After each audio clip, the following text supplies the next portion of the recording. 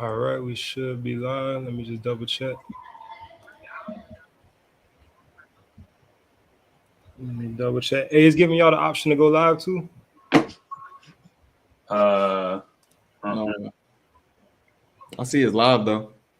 Yeah, I see that. It should give y'all the option. You checking it? Yeah, I'm not seeing nothing. I just see that you live on your side. All right, I got the link though. I'm finna send y'all the link if y'all want to send it to anybody. All right, but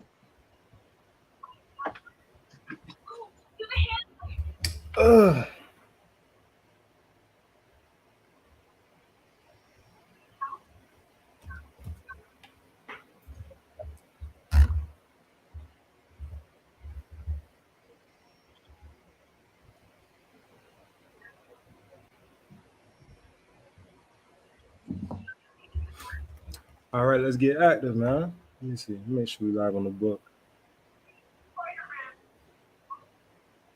All right, for sure. Let's do it.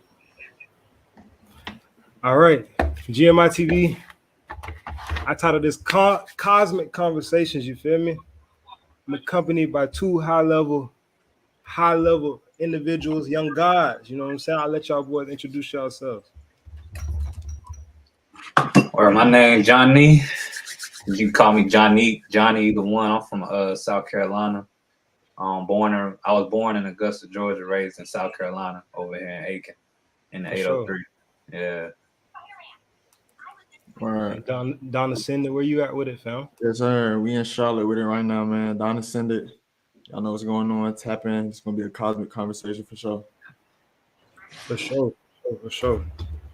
Now we're just gonna jump into it. Let me go ahead and pull up the slides.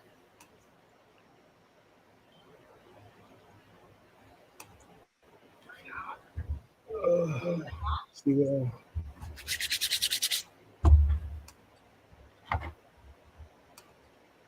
Anything y'all boys feel like y'all want to start off with first before I pull up the slides? It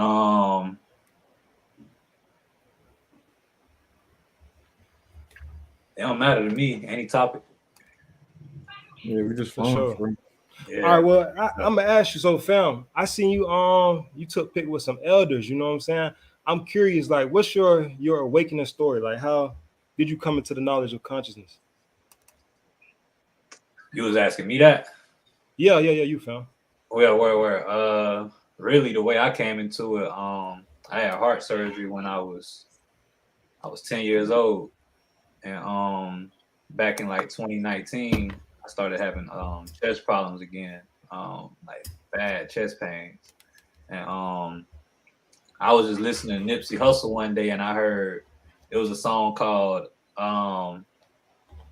I forgot the name of the song. Blue Laces 2 by Nipsey. For sure, yeah. I heard him say they killed Dr. Say because he teaching health. And like I said, I ain't know nothing about the knowledge. I was lost, confused. I was one of them. And like, who the hell is Dr. Savy? So I started reading up on him, and then I started seeing how alkaline foods, power foods, they heal our bodies naturally. And I just started getting magnetized to like different people. I started getting magnetized to people in my area. Then once I started doing that, I started getting way more books on occult knowledge, health, spirituality, Gnostics, ancient history, just all the above. And I met I found out I had a cousin who actually owned a metaphysics shop out here, and I went in his shop. Sure. Yeah, I didn't even know he was my cousin, so I walked in his shop, and he was like, "You Monique's son." I was like, "How you know me?" And he was like, "You my little cousin." We just chopping it up, and I was in his shop for like 8 hours, 4 days a week, and I just started changing my diet, and I went on a 40-day fast 6 months after they tried to tell me I needed surgery. Whoa! I was like, hell nah, I ain't going through that again. Like, nah. So I went on a 40-day fast in fall 2021. I got on my licorice root, hawthorn berries. I was consuming berries heavy. And then I seen like my chest pains went away. And then just going through that fast itself, it awakened me to a different consciousness in my mind. And then just the people I met over the months, it showed me a different route in life I needed to take. So that's how I got along with this journey myself. So what year you talking, fam? I was on the civil rights movement, you know, that movement when you open up about like Malcolm X, Marcus Garvey. I was on that movement in 2019, but I didn't get into the deep reverence of what's really hidden with our people. I didn't get into that until 2020. So that's the year I really got into everything. I say 2019 for sure. 2019 going into 2020. Yeah. That's funny that you say that, because I was telling Don the other day, bro, we represent the group of what they say, blue crystal babies, as Dick Gregory used to mention it, that were awakened by the quote unquote coronavirus. You feel me? Yeah. What was coming off from the sun, that's what triggered all of us. You know what I'm saying? Like you said, before 2020, before 2019, I wasn't talking about none of this. You feel me? It took what was going on in the astrals during that period of time what awakened all of us. You know what I'm saying? Yeah. They say 2020, the year 2020 vision, you know, like everybody exactly opening up. Yeah. Exactly. And I was seeing a lot of people from that year. You see a lot of them fell back to sleep. Like a lot of people gave up. Like I had a tribe of like 40 people I was connected with, but now 4 of us are still dedicated. Literally, like only 4 of us that's in this area right now that's still dedicated on a daily basis with this stuff, bro. So I seen a lot of people go back to sleep, like they just gave up and lost hope.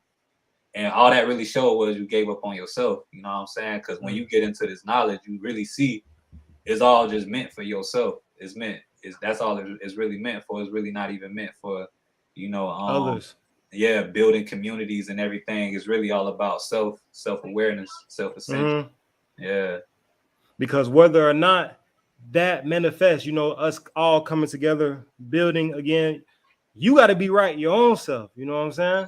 Yeah. You know what I'm saying? You can't walk nobody else walk for them. You feel me? Yeah. So that's definitely facts. And it's kind of like a parable in the scripts manifested in real time. So like in I can't remember what chapter, but it says that some seeds would be thrown by the wayside. You know what I'm saying? The word would root in some people and not others. You feel me? So that 4, like it said, the path is narrow, of course, but the group is few. You know what I'm saying? Many are called, but only few are chosen. You know what I'm saying? So y'all are showing that few. Many of y'all might have been called.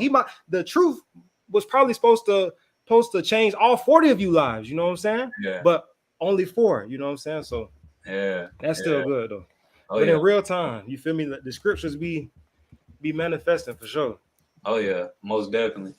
I grew up around. I really my whole family on my dad's side was like heavy Christians. So I grew up in a Christian household, and it's like it actually ain't hard to connect with them no more, because it's like once you get into everything that once you get into the Gnostics and everything, you really relate more to the people who in religion. It's like you can't throw hate about what they believe in no more, because you got an understanding of what it is itself. Because I used to be one of them, like, fuck Christianity, fuck Jesus, fuck the Bible. You know what I'm saying? I was one of them when I first came into it, but when you get into this knowledge, bro, it's like, man, you got to really reflect that yourself and see.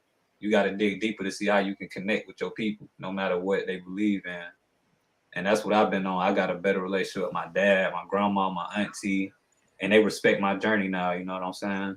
That's amazing. Where I can relate to that, bro. Because like at first, like when I first like found out like all the information and everything, I was like cutting people off. I'm like, bro, I can't. I'm like, I ain't doing this. I ain't doing that, bro. You doing this? I ain't rocking with you. None of that. Yeah. But, like that didn't really help nothing. Like so, I took on the mindset of like later on, like, all right, how can we, even though we have opposing views, how can we still build and connect somewhere that we can all be able to grow in whatever way we grow? Like you Christian, you Hebrew, you Muslim, like it don't matter. Like let's all connect and still grow, because at the end of the day, we all people. You know what I'm saying? We all gonna have different views and ideologies and stuff like that. Facts. That's really what's been helping me a lot, just understanding that for sure, and really realizing like all religions got the same exact story. You know what I'm saying? Literally. Yeah. It's really it's getting them to really see the how each story syncs, and it's not just a coincidence. You know what I'm saying? It's no coincidence that Jesus is calling himself a son God the same way thousands of other deities were also referred to as the son God. From no matter which civilization you go to all around the world, you're going to get the same story. You know what I'm saying? Yeah. Hercules had helpers. Ra had helpers. You know what I'm saying? They not necessarily called disciples, but they all had a group around them that were referred to something similar to the disciples. You feel me? So yeah. And then when you really look at it, it's like I try to refer to people like when you look at Jesus, kind of like look at it like who's a symbolic figure of that in your area or to the media itself. Like if you look at Malcolm X, he was a symbolic figure of Jesus. You know what I'm saying? Some people that was loyal to him in the Nation of Islam, you don't want to get too deep into that, but those were basically the disciples, you know what I'm saying? Facts. Who was helping him throughout the journey. Then you look at Martin Luther King. He was a messiah in his own way, but we know how he was also an agent in a way too. But you know, Facts. just the way he was a messiah as well. He had Christians on his team that was also the disciples who carried out the agenda he was pushing. So it's like you just got to look at it in that way itself. Like who's a symbolic figure of that character in the Bible, of that mythology. Right, like who's that energy signature? Like who got that type of archetype? You know, it's easy, like because it's all patterned out. Like you can see it, like no matter like what time cycle we in, it's always like certain figures that carry the same archetype. So it's like easy to pinpoint out. Like, oh, okay, you know what I'm saying? You start resonating, like be able to see for real. Yeah. And I think the story is, you know, me, I'm gonna take it straight astrological. You know what I'm saying? I think the story is first and foremost up there. You know what I'm saying? So when you identify, basically me, when I saw how the story played out in the stars, you know what I'm saying? I couldn't ignore it. You feel me? When you see how, okay, they say Jesus, they celebrate his birthday on Christmas. You feel me? So what zodiac sign is taking place during the time of Christmas? Capricorn. Okay. When Jesus comes back on the scene, immediately, what does he do? He gets baptized. What is the sign immediately after Capricorn? Aquarius. You feel me? The man pouring a pitcher of water, you know what I'm saying? Symbolizing the baptism. Okay. When he left there, where did he go? He found men doing what? Fishing. Because what is the sign preceding Aquarius? Pisces. You know what I'm saying?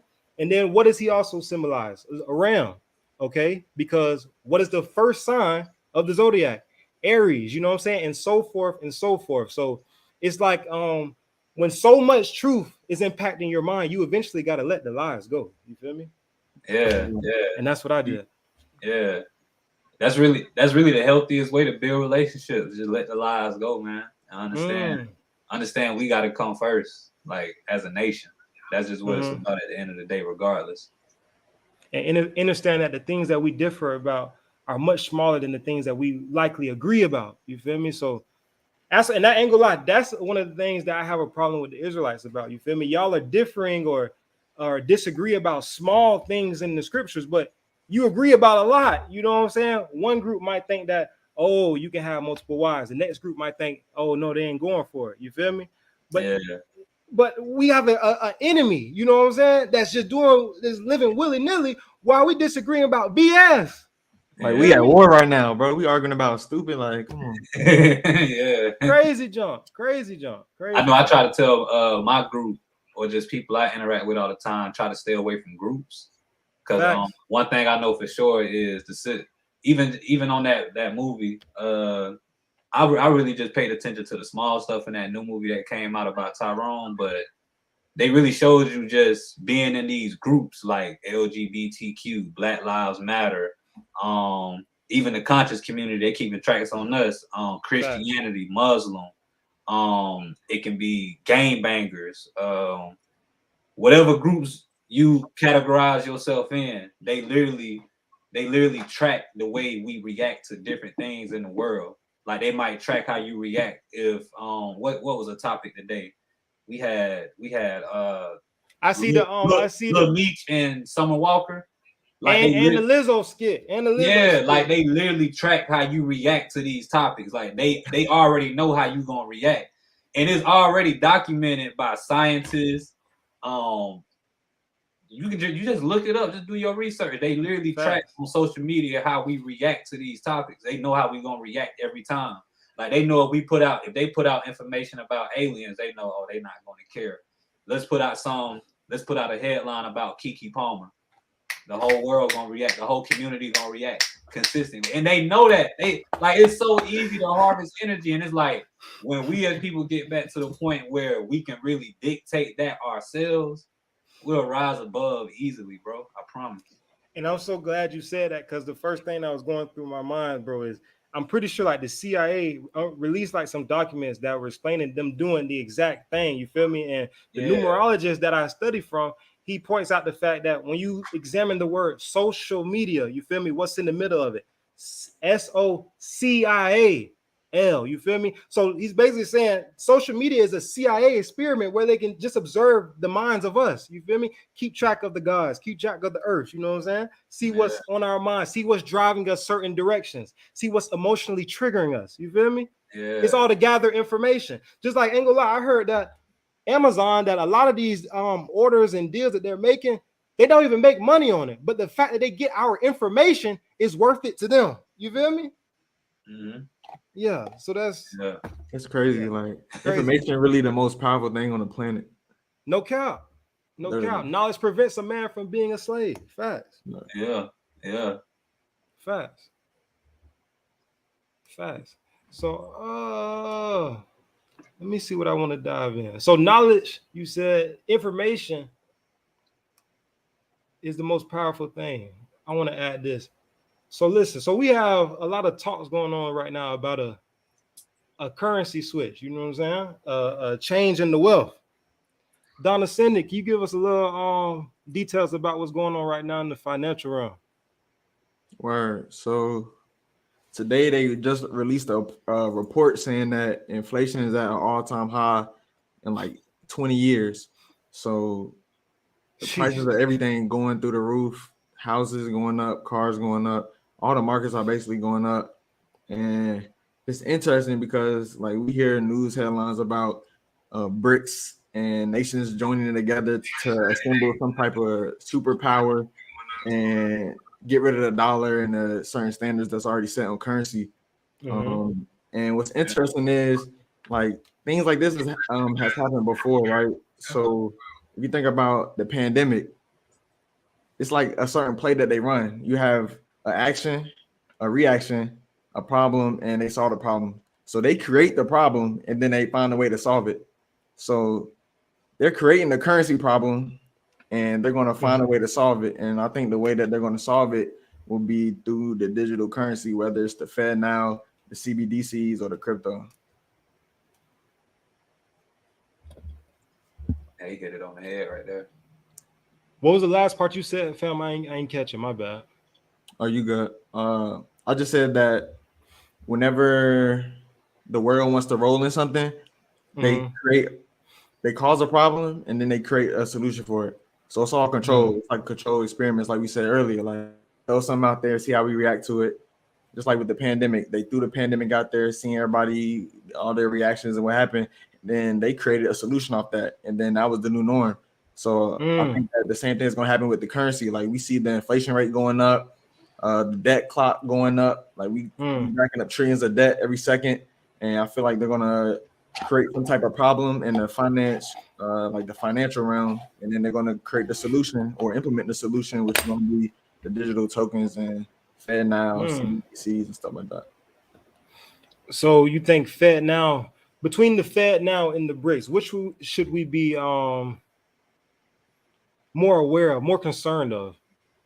We should be more concerned of the Fed now because that is going to be like the public ledger for everything. That's going to be how our money is being controlled, because we might not have really a say-so on whether we want to use it or not, because they're going to implement it in our systems like direct deposits for people that's getting paid from a check or a job. All that is probably going to be translated to Fed now. So it's going to be important to like try to like keep tabs on it so we can see how we can navigate it or navigate around it and still pursue our day-to-day operations with our finances. So how long do you think before we see a significant change in the way we spend a dollar in the day-to-day basis? Where so I say give it about, really I think it's now, but I say give it to 2030, about 7 years.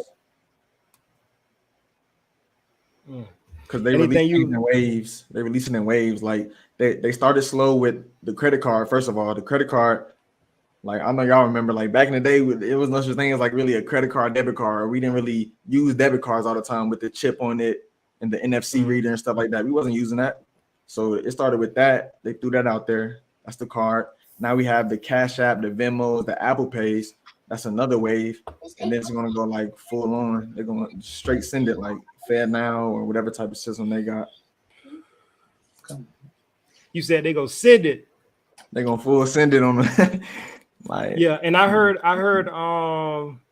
some talks, and Johnny, you can chime in whenever, but I heard some talks that they like to implement certain changes on like a weekend, or especially when they have like a holiday on a Monday, you feel me, where the bank is going to be closed for 2 or 3 days and people can't touch their money, you feel me? Like I remember it happened with the, what was it, the SBA bank, or the, what bank was that in California that the Silicon Valley Bank?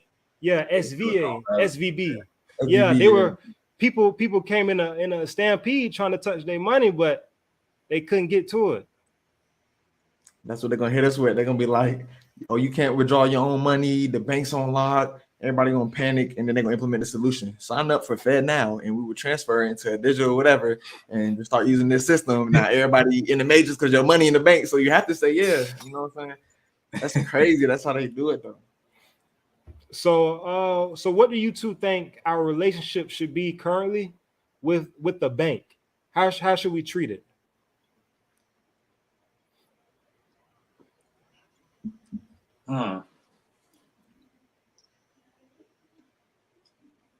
What should our relationship? Should all of our funds be in the bank? Should we have them in different places? You know, should we split our money up to different regions, or should we just have it in the bank per se? Like, what do you guys think?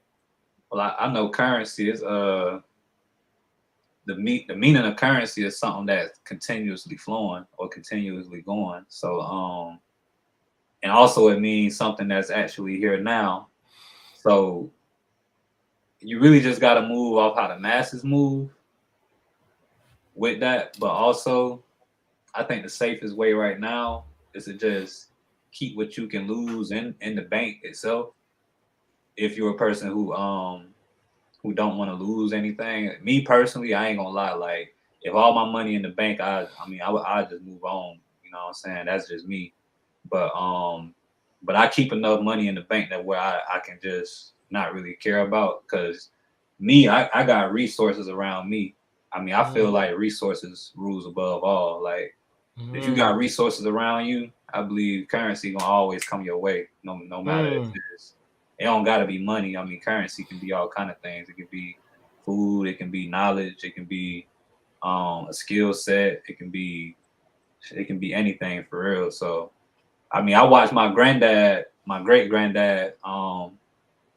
They took his land. Well, my grandparents actually lost his land, my great granddad's land, but I never seen him with cash in his life. Like, he'll grow food, go to the markets, and sell it, and come back home and give everything to my grandma. You know what I'm saying? He built his own house with his hands.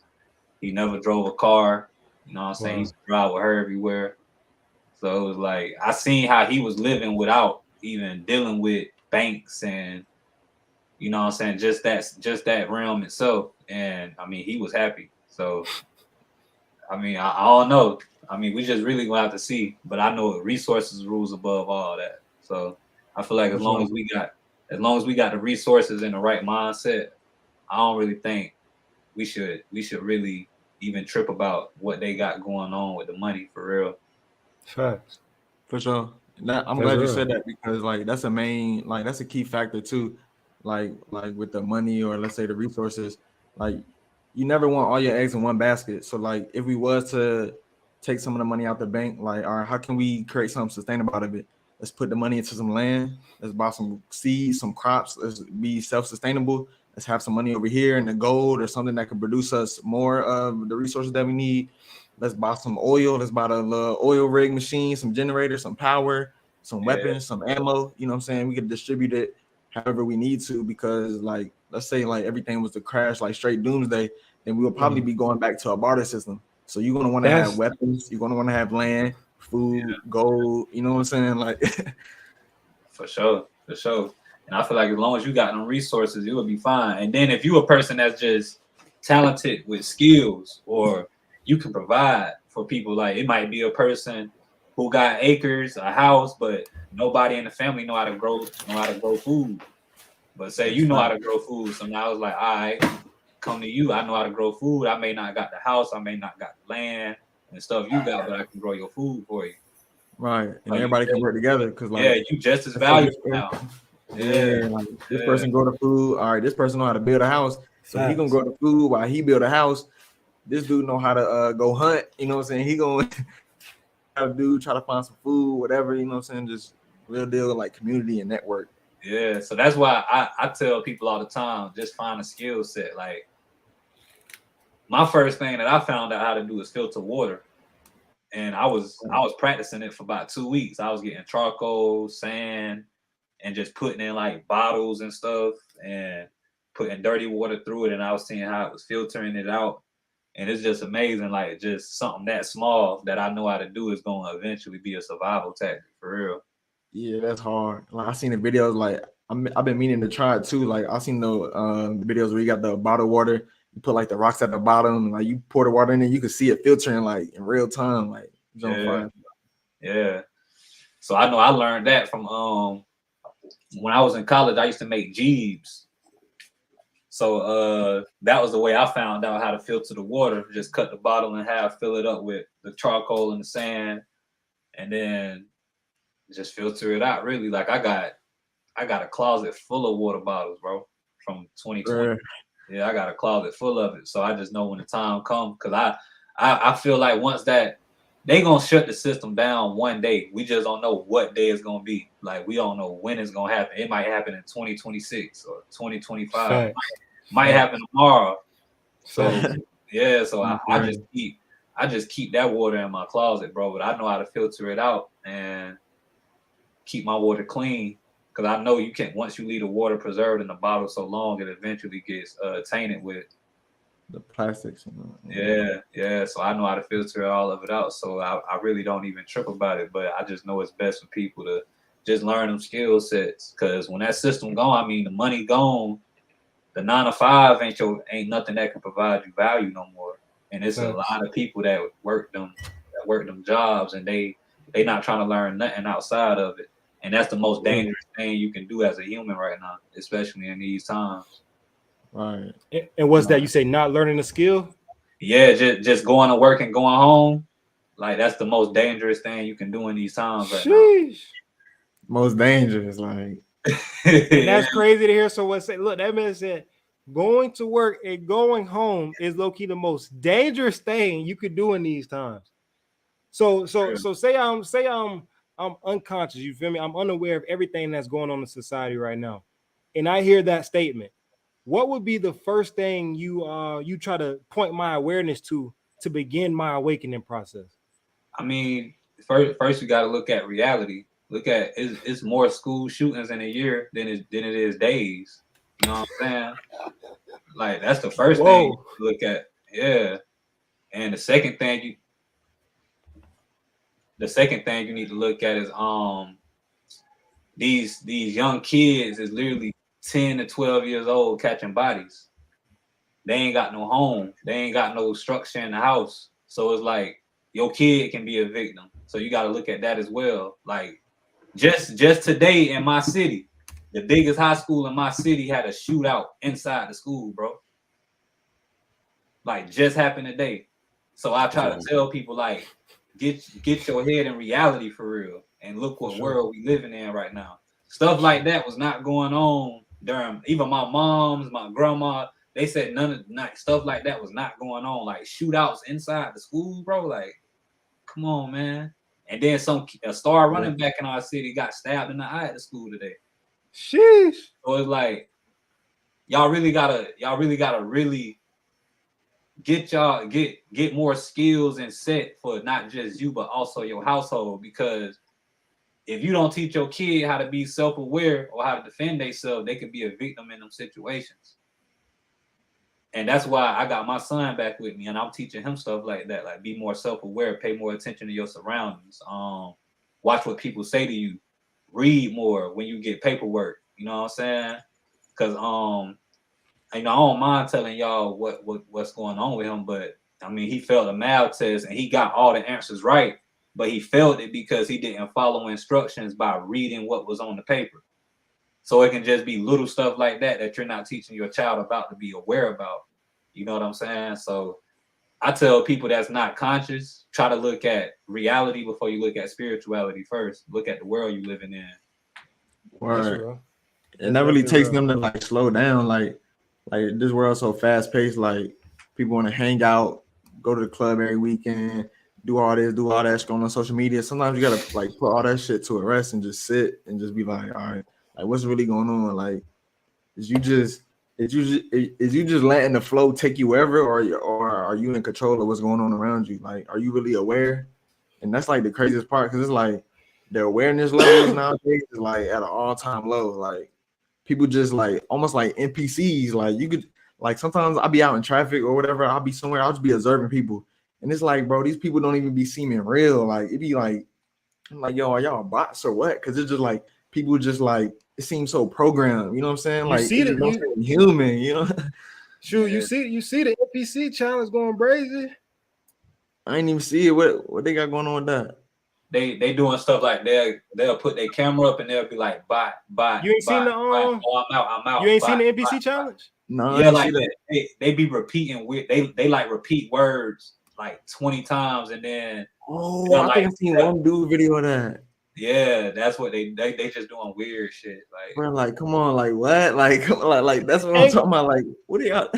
Ain't gonna lie, that was last week, bro. I was really sitting with myself like, fam, if this don't be the biggest telltale that we really gotta be then at the end, at the guy, bro, what the people pretending to be rope, bro, what? Bro, it's over, bro. Crazy. Like she going boot, she's out of here. You know what I'm saying? She'll never be broke again. Bro, she running up crazy. You feel me? Bro, pretending to be you know what I'm saying? If you're not comfortable, you won't put 2 and 2 together. You feel me? Yeah, the whole time they're not even pretending. That's really them. Like they really an NPC. Like you programmed and you conditioned enough to even do that. You're not even pretending to be it. Like at that point, you are one for. Yeah. Oh, so they'll put their camera up. And then it's crazy though when she be having like moments where she breaks scene. You know what I'm saying? Did she go to a regular person then go back to the road? Bro, you are sick. What? Oh my god. Illness, man. Oh my god. It's crazy. Crazy. Yeah, it's mental illness for real. But I tell people all the time, like, yo, this system is gonna shut down one day. And that one day, because I ain't gonna lie, right now, they not gonna take it serious, no matter how much information get released out to us. You know what I'm saying? The government can release today, aliens is coming to the planet, and people would make a joke about it. You know what I'm saying? Facts. Or they can come out today and say, oh, it's gonna be massive earthquakes all over the southeast region, and people will make jokes about it. You know what I'm saying? So I feel like the only way it's gonna happen is a tragic event has to happen in this country in order for us to really wake up. Like it has to happen. Yeah. That's the only thing that captures people's attention for like people just like we seen that with the pandemic. Like it took for people to like go into like mass chaos and shock and everything, and they love that. You know what I'm saying? Like nobody, like majority of the people aren't prepared for stuff like that to take place. They just go with the flow, and then something happens, now the whole world ended. And now mass chaos and all type of shit going on, where it's like if you prepare for that and you know like that anything can happen at any given moment, you already, you know what I'm saying? Preparation prevents poor performance. Like you already on point, you already know what to do. Some shit happen right now. I know where I'm going. I know where the safe house at. I know where the guns at. I know where my assets at. Like, I'm ready to move. If we got to go to war, we going to war. I'm on all that. I'm not gonna be panicking, figure out, oh my gosh, what do I do? Because as soon as you think that, it's already too late. You shouldn't be having to think. You should already be knowing what to do as soon as a situation happens. Facts. Facts, bro.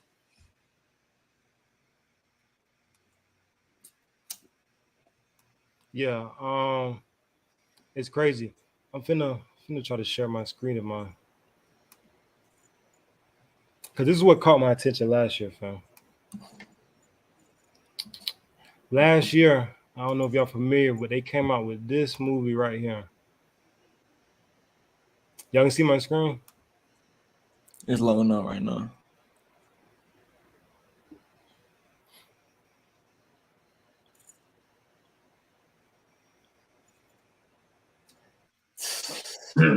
I seen see that. it? Yeah. I had watched that movie.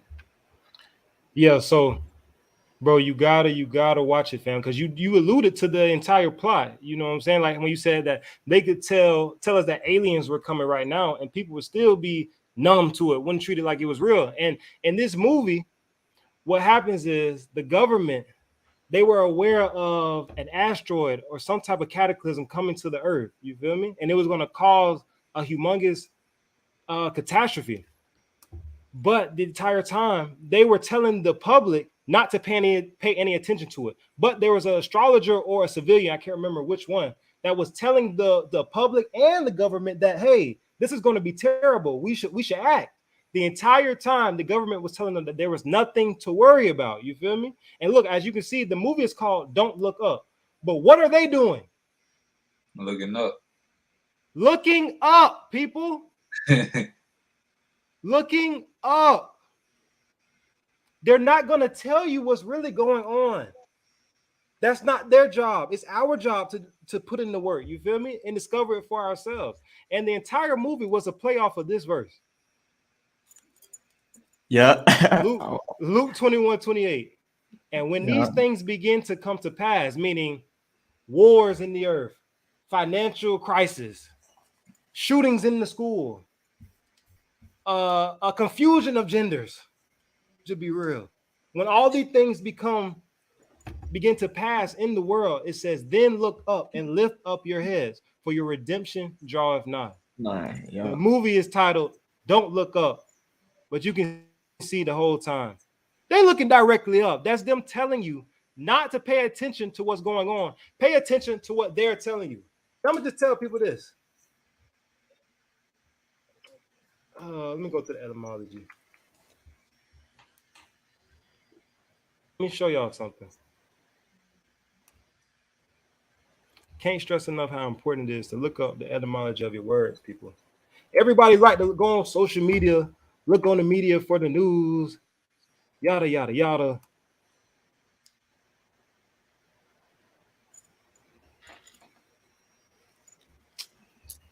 Let's look up. You looking for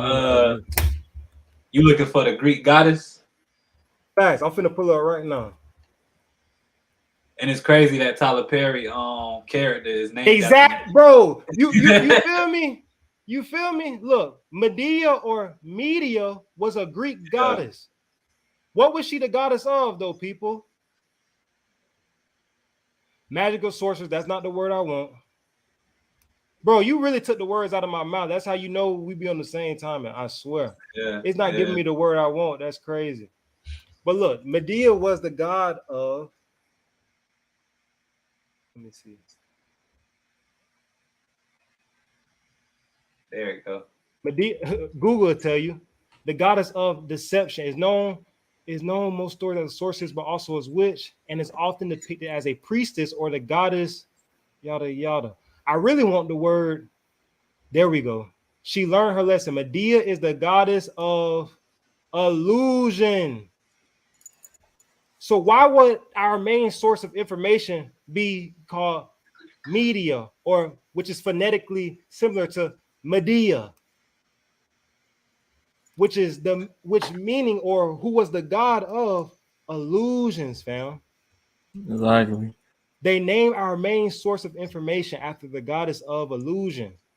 And then you have Tyler Perry.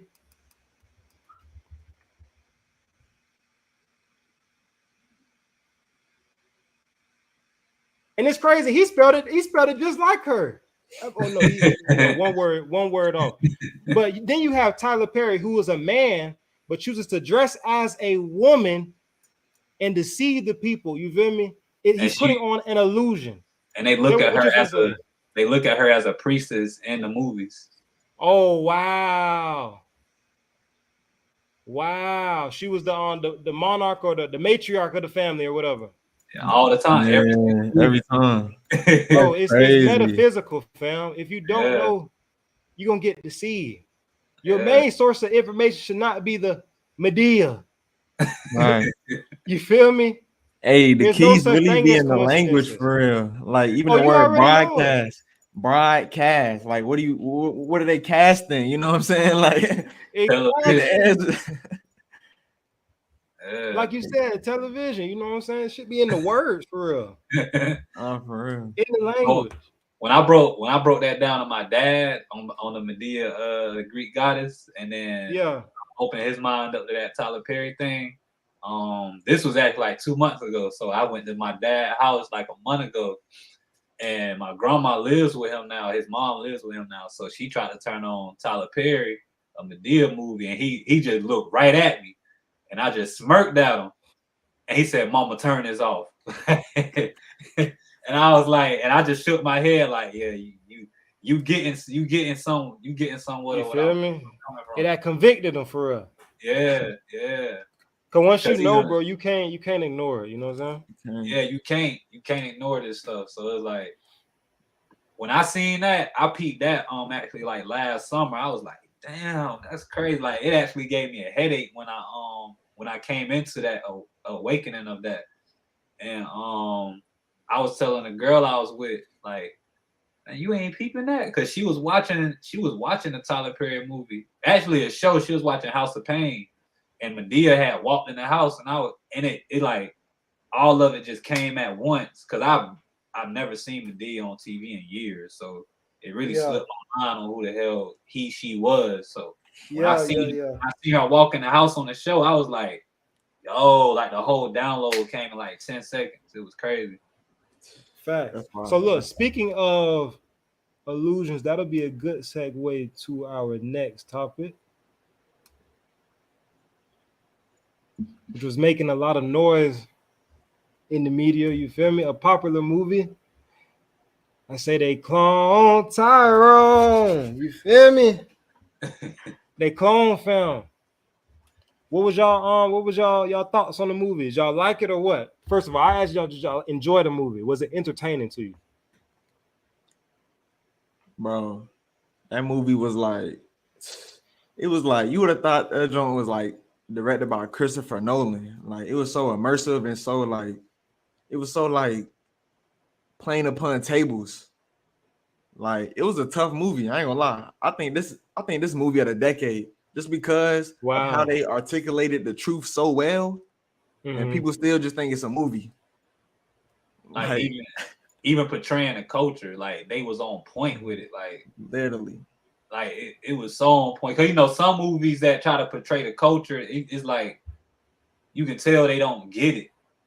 Like how all them actors from the UK, they try to come over here and portray the Black Panthers, or like in that show Snowfall. Like me personally, the guy who was the lead actor in Snowfall, it was just like I couldn't really get into the way he was acting, because it's like you from the UK, so you don't really understand how we are over here in America. You just taking a role.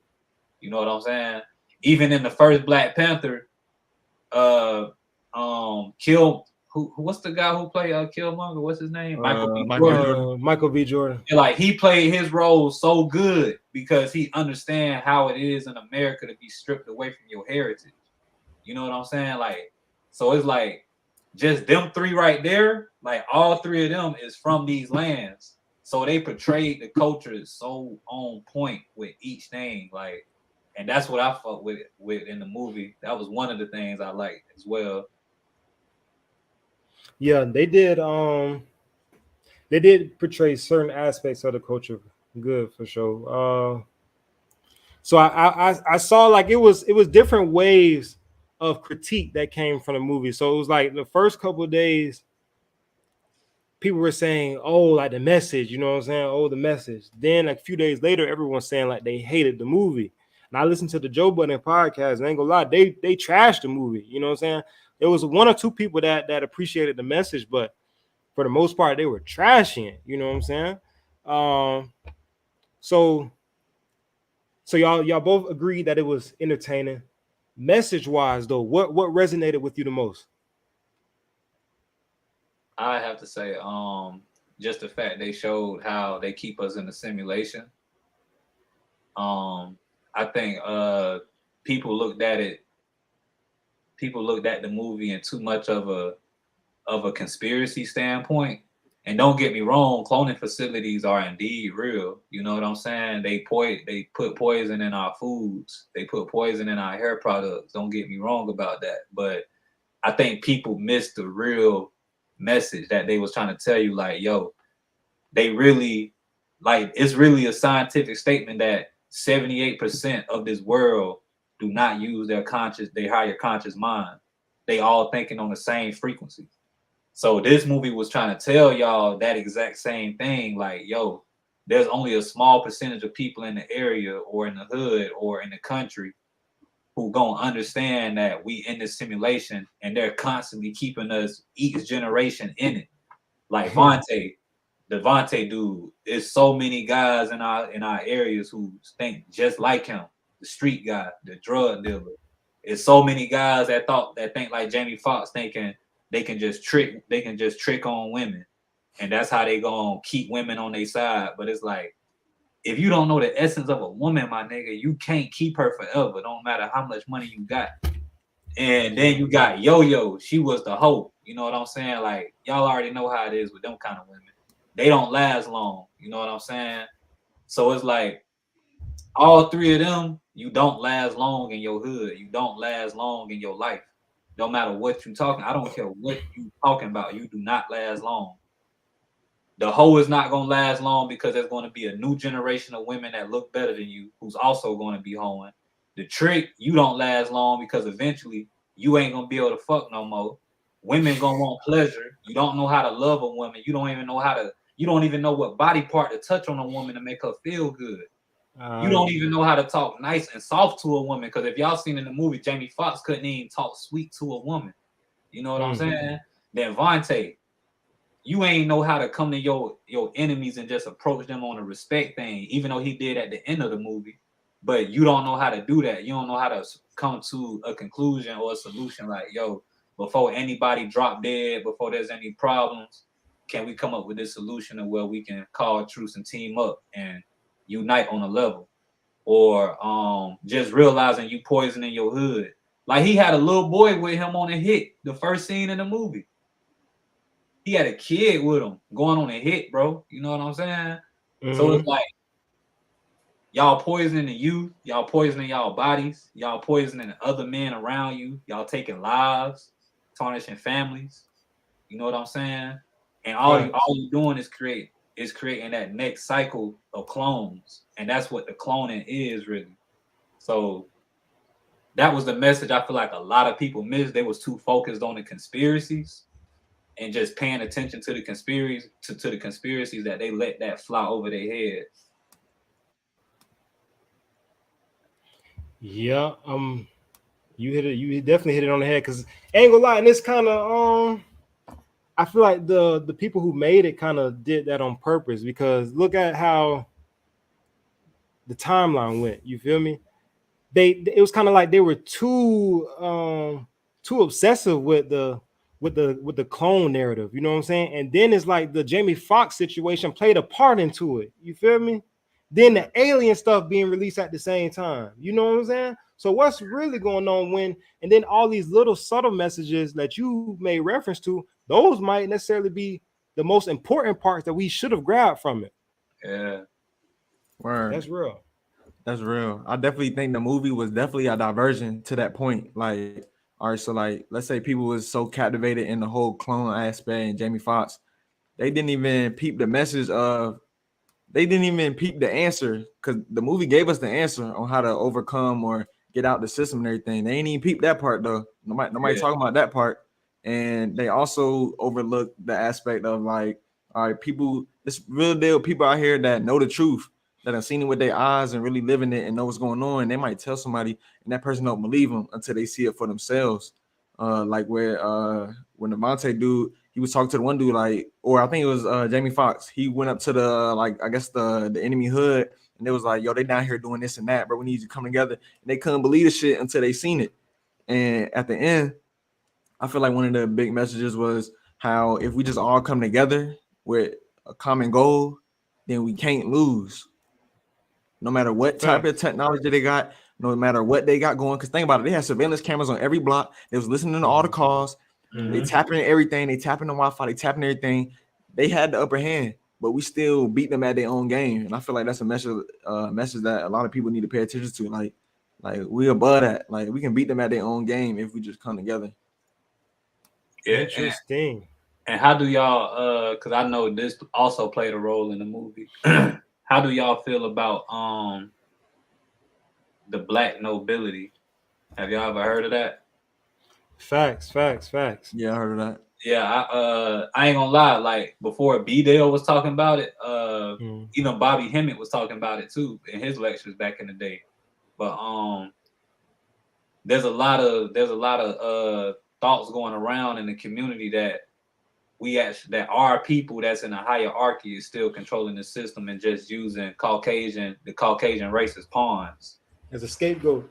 Yeah, and if you peeped at the end of the movie, an older clone of Vontae was actually the one making the clones. That's true. Like he was, and if you looked at the clones behind him, he had different races. Like he had white, black, mixed. Like also, he was the one creating that shit. Like so, and it had me thinking like, because if you really get into the Gnostics text and the science and the history, the white chromosome didn't exist until 3,000 years ago. So if that chromosome itself didn't exist till 3,000 years ago, it was just really us on this planet. So if it was just us on this planet, why the fuck would we give away the whole planet to another race? It just don't make sense. And not only that, how in the fuck one race take over a whole motherfucking planet that was ours? Like, and that they're still the minority on because 80% of the world is melanated. So what the? Yeah. So it's like, who really running this motherfucker for real? You feel me? That's real. Yeah, and I feel like that's the game right now that's getting played. I feel like that's really the game getting played. Like if we taught the Caucasian race how to wash, walk, talk, dress, have an emotion, have a consciousness, if we taught them all of that, how to plant food, how to keep their animals. Yeah, so if we taught them all of that, then I'm pretty sure that hierarchy that taught them that still got them in control and still got them in order and place on how to move in this world. That's just how I feel about it. And that's what I feel like they clone Tyrone has showed us as well too. Even they the pawns in a bigger game. But like it's crazy because it's like, all right, maybe the people in them higher positions are using them as a pawn to relay a message to us, or like I don't know, like it'd be hard, like because nowadays you can't tell who really on your side. Like they say, oh, skinfolk ain't kinfolk. Like it's people with ours that's melanated, that's not. Well, some that's good, some that's evil, and some that's not good or evil. You know what I'm saying? They say they got benevolent beings, and all that. So it's like it's really like it'd be hard to tell. Like them people that look like us still might not be on our side, even if they black nobility. Like they might have their own tactics, and you know what I'm saying. But I'm glad you said that because look, bro, you got to add on the fact that the show Secret Invasion going on right now too. So what's like, bro, those two movies coming out at the same time is not a coincidence. You have They Clone Tyrone, and I think like the series finale of Secret Invasion was days later. You know what I'm saying? Those movies coming out at the same time is not a coincidence. Yeah, not a coincidence. They want us to think about cloning or some other people coming as and all the alien news too. Think about it, bro. You have Secret Invasion where you have an alien race who literally had people hostage. They had people in tubes, just like the dude, the older Vontae had in They Clone Tyrone. You feel me? He had dudes in the tube similar. You feel me? Mm-hmm. Right. And both of those come out within weeks of each other. You feel me? What are they? And look, and also the that those people in Vegas who said they saw an alien a month or two ago. It's being rampant. You feel me? They're running it up a notch. Like they want us to pay attention to aliens bad. You know what I'm saying? Right, so bad. And I feel like they not getting a reaction out of our community that they want. That's why they pushing it so bad, because they not getting a reaction they was getting in 2020. Because a lot of us, the ones that fell asleep, they not talking no more. I peeped that, but the ones who stayed on task, we not following that shit up. They not getting a reaction that they want. You know what I'm saying? So I feel like that's why they going so hard with it right now. Because we talking more so about looking internally with stuff. We not really. I mean, we still talk about the conspiracies because, of course, it's real, but we not going too tough on it. Because I mean, at the end of the day, it really ain't going to improve the situation we in unless we got to constantly tell people, just look within yourself, look internally. Exactly. And that's why I feel like that's why a lot of people went to sleep, because they was doing all the whistleblowing. They saying all this loud shit. And they making a lot of noise, right? Like, oh, conspiracy this, conspiracy that, but they ain't doing shit. You're not looking internally for the answers. You're not making a difference. You're not making a change. You're not doing nothing with it. You just talking.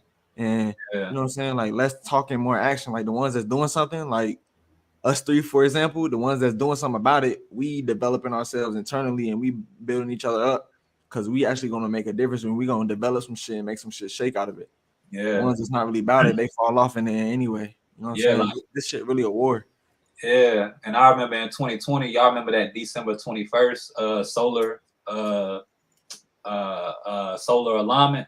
Yeah, like I ain't gonna lie. At first, I was one of them that was like, damn, this shit about to happen. Like, this shit about to activate some shit. Like, my mind was everywhere. Like, oh, this shit is crazy, because I was just coming into it. But then I started meeting more astrologists, and I started that great conjunction. Yeah. I started meeting more astrologers. I started meeting. And I'm just telling what you're talking about real quick. I'm just telling what you're talking about. You're talking about in 2020, December 21st, 2020. There was a conjunction of Jupiter and Saturn. You feel me? They were the closest they had ever been. And this is what reports say. They were the closest they had ever been since Christ walked the earth. Okay, think about everything going on in 2000. You feel me? And also think about it. Okay, they released a something, you know what I'm saying, called the Corona. You know what I'm saying, which in Spanish means the crown of the sun. You feel me? We also, a lot of people drink Corona beers. You feel me? Which on the top of the cap has a crown on it. You feel me? So there were so many astral alignments that were going on that year, but that was probably the main one. Jupiter, and they also call that I think like the Christmas star.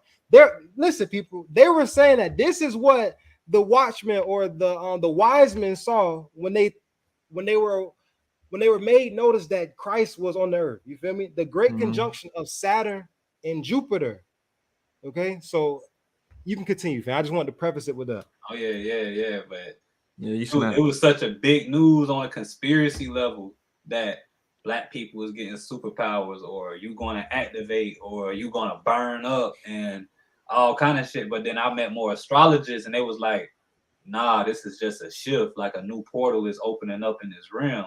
So when I started talking to them, I was like, okay, y'all giving me more of an understanding about this, to the point where I'm not really associating with that conspiracy shit right now. I'm looking more so on like, okay, this is more so like internal work than, like, it's not none of that talk that people doing. Like, they just talking like on that conspiracy shit. And don't get me wrong, I fuck with the conspiracy talks because it shows that you thinking. But at the end of the day, it's like you also want to look at you also want to use the universal law with these talks, so you can grasp more of an understanding with it. Word. Yeah, that's real, bro. Like that you said that, because like I'm trying to think. Like, to an extent, it's crazy because look, all right, they give us crumbs, right? Like they say we gonna activate, we gonna get superpowers, but we look in the wrong direction for them. We think we gonna fly and do whatever. Whole time you getting the superpowers within. If people, you know what I'm saying, Yeah. go within. That's the keys, bro. We got superpowers within because, like, depending on like if you was really doing the internal work, people that saying they doing internal work, whatever, you know what type of superpowers you got within. Mm-hmm. Some people timeline jumping, some people accessing different realms of intelligence and consciousness and materializing it down here. People now here creating stuff, all type of stuff, creating stuff that they wrote 20 years ago that just popped up. That's a superpower, bro. People don't realize that. Motherfuckers want to fly in the sky and have fast speed and shit. Man, go create something, bro. That's the superpower right there. Go tap into a different realm of intelligence and bring down some shit that nobody ever will. I ain't gonna say that nobody ever done, but throw your own twist on it and something that nobody ever done in this timeline or this realm that we in. You know what I'm saying? That's the supernatural abilities that had unlocked for us, but it's within. But we too busy looking at the external shit, the exoteric shit, man. We need to tap into that esoteric, man. That's where it's at. I'm telling you. I feel like we need another shift that brings unity with each other, like hip hop did. Like I feel like hip hop is one of the biggest spiritual. I feel like hip hop is one of the biggest spiritual movements that has happened to us since the 70s, for real. Facts. That's like how everybody come together with hip hop music, whether it's positive or negative, that gathers all the people, bro. Yeah, hip hop is crazy, bro. Like even when the system tried to go against hip hop, it's like y'all had no choice but to involve it in y'all system now. Like if you watch NBA, all they play is hip hop music on commercial breaks. They don't play nothing else. It's just straight hip hop. Like they don't play rock. They don't play no pop. They don't play no R&B. They playing hip hop. So it's like even with Travis Scott, when you watch him at his performances, it's like look how many people he be moving. You know what I'm saying? Even though it may be bad on what he doing, but just look at how many people he moving in one area. Like that's fucking crazy. You know what I'm saying? Or if you look at Kanye, like the way he moved people, or you look at NBA YoungBoy, the way he moving the youth with hip hop itself, or if you look at the old times, like look at NWA, how the CIA orchestrated that whole movement and really caused like a big tragic event with just going against the police or starting a toxic movement in the hoods, like. I don't know if y'all watch Brother Panic, but he was doing a breakdown on how basically the Jews, they seen that the rappers in New York wasn't really fucking with them.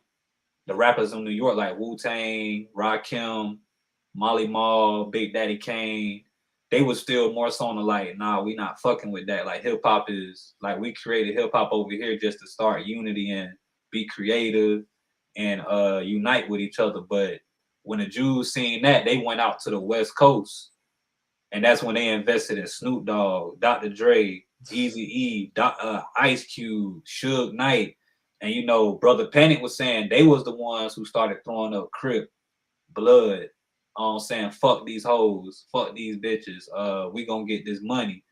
But Brother Panic was saying none of the New York rappers wasn't on none of that until really Jay-Z era came in. And he was just saying how the West Coast, they really influenced to start that wave of music because the Jews had funded them and basically told them, you know, if we give y'all this money, then this is what y'all got to push and promote. Bro, that's crazy. And that's spot on, bro, because we know like the Jews run a lot of these corporations and these music industries. And even like, because I used to study hip hop. If you look at all the early people, like you said, like KRS-One and all them, all that rap was conscious, bro. They weren't talking no crazy for real, bro.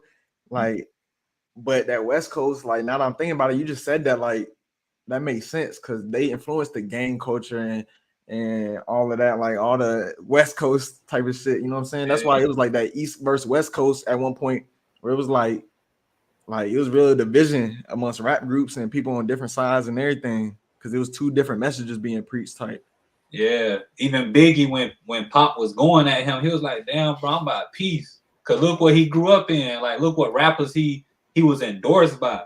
Right. They wasn't with that beef and shit. Like, they wasn't with all that. So Biggie was more so like, "Bro, I'm here to bring peace, bro. I thought you was a conscious dude. I thought you was an aware God type. Like, what's going on? Like, So Biggie was confused, like, and then when you look at it, it's like, damn, really, Pac was really pushed to do that. Right, he probably forced against his own will. Yeah, he was forced against his own willpower to do that. You know what I'm saying? Because he knew deep down inside, Biggie did not set your ass up, bro. Right. He knew that deep down inside. I just feel like he wanted to paint that image so bad, or unless people really he got forced against his will, kind of like how NWA got forced against their will. Right, to cause more division. It was all about division, and it was already like the West Coast was already, you know what I'm saying, on the low frequency shit. So all he did was enhance it, really. Right. When I talk to my uncle, when I be like, what rappers you looked up to? He never named rappers from New York. It's always Snoop Dogg, Tupac, Easy. Wow. You know what I'm saying? Or it's the rappers like when after the West Coast started, the rappers down south like Master P, Soulja Slim, Cash Money Records. Like he was just naming all the rappers who was ignorant. I'm like, damn, bro, you ain't look up to no consciousness or nothing. Like, you know what I'm saying? But I also see now, like, okay, in your generation, that's what was pushed on y'all. And I'm happy he put this slide up, like using rituals and spells, because that's really what it is with that hip hop shit. You feel me? Y'all segue to it so perfectly. You feel me? This is the next topic. Is the government using rituals and spells to control the masses? And let me see. I'm gonna share my screen real quick.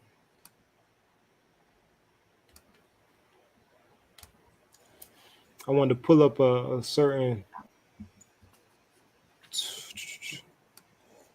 Oh yeah, while you pulling up that real quick, I just want to touch on the music one more time too. Like with the metaphysics, one of the main reasons also that the culture is so influenced by music is because music is a vibration, a frequency, and a tone. So like when we look at the cymatics and stuff, music has patterns to it, and our bodies is made up of mostly water. So them tones and vibrations is affecting us, even if we just unconsciously hearing music in the background, whatever that whatever frequency scale song, whether it's like the 400 whatever hertz and all that, like that's affecting us whole time, and that's like making us.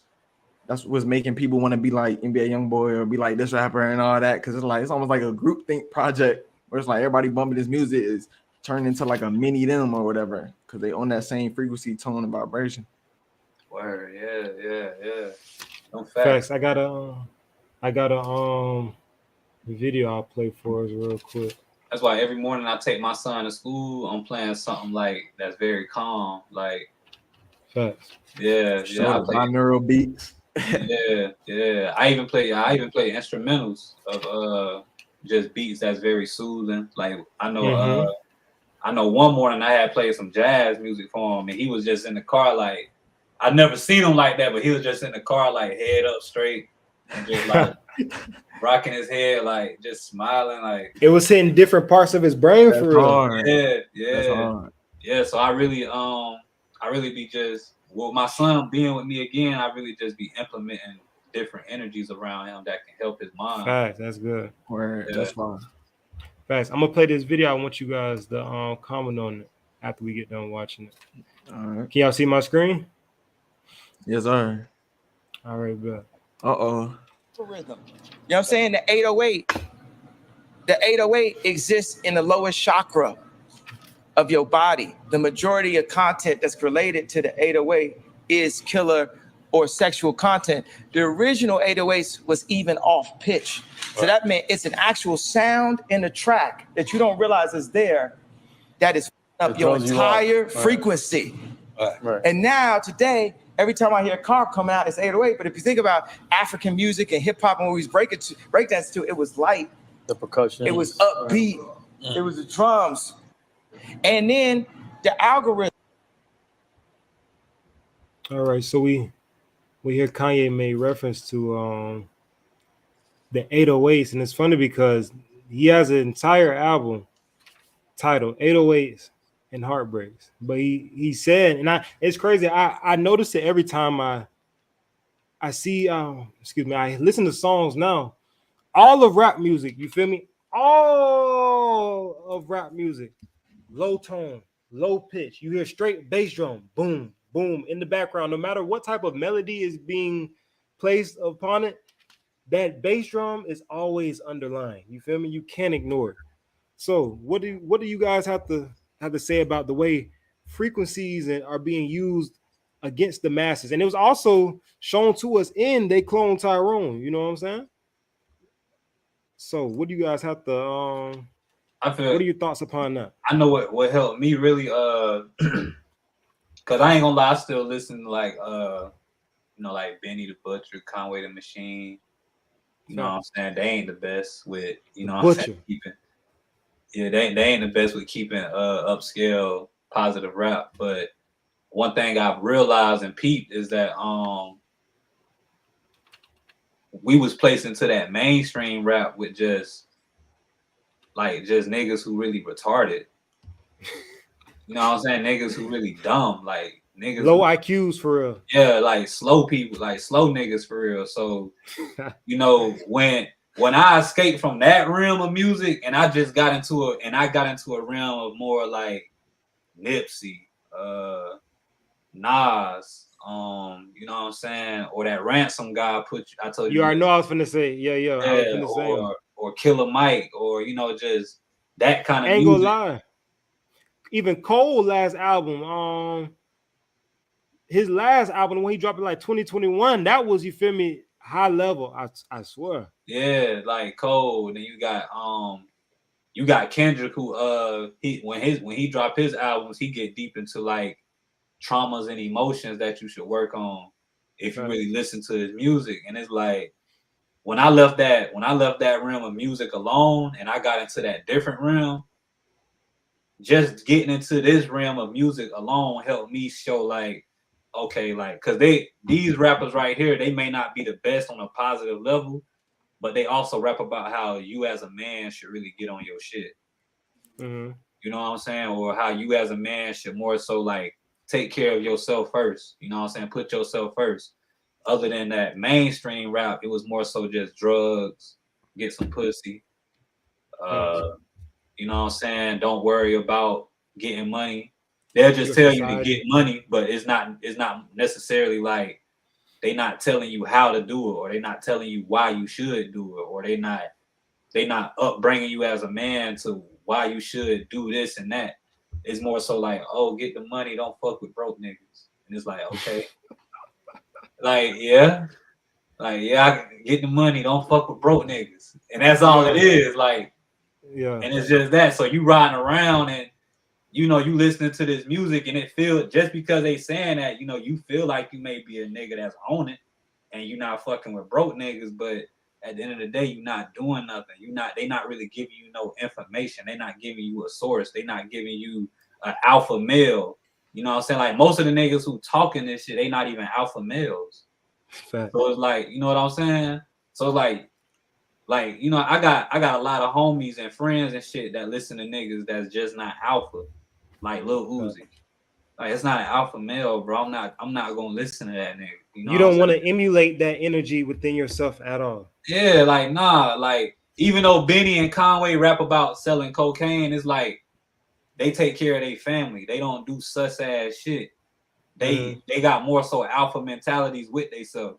So it's like, I'm not a dumb nigga to be like, oh, since they rapping about cocaine, I'm gonna go sell it. No, I'm listening to their music because they really gonna rap to you about, yo, you need to be an alpha male out here in this world, or this shit gonna eat your ass alive. You know what I'm saying? So I feel like people just gotta get out that mainstream shit and leave that shit alone. Cause that's what I did. Like I don't fuck with the mainstream rappers. So I feel like people just gotta leave that realm of music alone itself and get more so into like niggas like Larry June or Big Sean. Listen to more Kanye. Go back and listen to the old rappers more. Give them more so of they flowers too. So I feel like people just gotta get out that mainstream rap because it's really fucking with our minds, bro. It's really keeping us lost. Cause I was one of them that was listening to it all the time. So, and I see what it was doing to my mind. And like I told y'all, when I was listening to Nipsey Hussle, my homeboy put me on Nipsey. I wasn't even a fan of Nipsey. I always thought Nipsey was ass and trash. So it was like, he played the album, like, all right, turn them on, bro. You know what I'm saying? He turned them on. I'm just listening. And like I told y'all, he made that Dr. Sabi bar. I was like, who the fuck is that?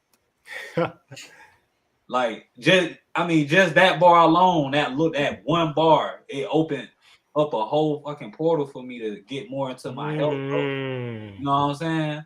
Like, Lil Uzi ain't gonna open up no portal for you. Facts. The wrong one. Yeah, Travis Scott ain't gonna open up no portal for you. You know what I'm saying? The wrong one. Yeah, Lil Baby, Lil Durk, Young Boy, they not opening up no portals for you, bro. That's just facts. And I tell people all the time, like when I heard Nipsey Hussle, he opened up a portal for me with my money on how to manage it better. He opened up a portal for me about health and how I should be more responsible about it. He opened up a portal to me about how I should treat a woman when I listen to his interviews. And like I said, he probably wasn't the best man out here. I know he was still in the streets and shit like that, but it's just the fact his consciousness was so high, bro, and it opened up portal. It opened up a lot of doors for me to elevate myself. So I tell people just leave that mainstream shit alone because it's not helping you at all. I'm telling you, it's not. Facts. Okay, and I want to touch on one more aspect in regards to the music industry right now. I'm gonna share my screen once again. So we see there was on Tuesday, we had not only the first of the month, but we also had a full moon. So Johnique, you made a very interesting Facebook status. Can you see that? I got it pulled up. Oh yeah. Can you please give us a deep dive on this topic, please?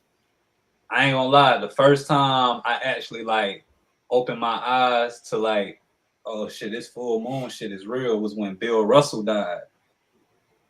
Bill Russell, if y'all know, he was one of the top NBA players that ever played the game. He really got the most rings as an NBA player. And it was a full moon, and I'm chilling, and my astrologer, she was just she made a post. She said, pay attention more to celebrity deaths or just tragic events that happened during a full moon. So I'm like, all right, bet. So then a week later, a full moon came, and Bill Russell died. Sheesh. And not only did he die, it was a mass shooting that went on in the area. Not in the area, but I think that Buffalo incident. It was a mass shooting that went on with that. So I'm like, damn, all this shit correlating with the stars, you know what I'm saying? With the cosmics, the cosmos. Facts. So when he died, my astrologer, she had posted that right there. And then she also posted the Freemason symbolic gesture as well. So it was I was like, damn, this shit crazy, the full moon tomorrow, you know what I'm saying? And then Pee Wee Herman had died 3 hours after him. No way. Yeah. Oh yeah. Pee Wee Herman did die a couple days ago. Wow. Yeah, he died 3 hours after he died, which is crazy. Double whammy. Yeah, so and I got this book called The Secret Teachings of All Ages over there, by Manly P. Hall, and he break down how the top Freemasonic elites, they do these rituals every full moon to harvest the energies of the people. And so when I seen him die, and I knew it was a full moon literally the next day, I said, yeah, this is a whole ritual right here. It just opened up easily. And then when I made the post, I literally went on her Twitter and I seen her make the post, and I was like, see, I knew I wasn't tripping. It's just adding up vividly, seriously, for real. It never fails, because you already know Takeoffs was very symbolic as well. I mean, the man died on Halloween. I think it was a full moon on Halloween last year. You can't make this stuff up. It was right after that video he made too about I forgot what it was about exactly, but it was it had that death theme in it, skulls and all type of stuff. Yes.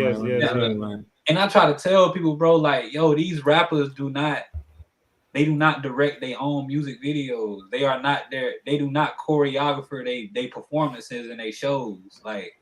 The Jews handle all that for them. You know what I'm saying?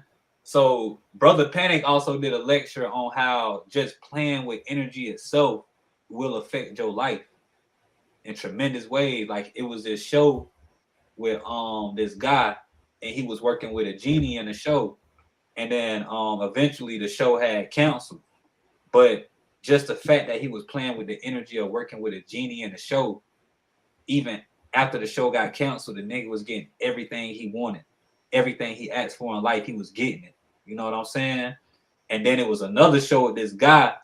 He was playing a role to where it was a show about witches. I forgot what it was called, but it was a show about witches, and it was this guy.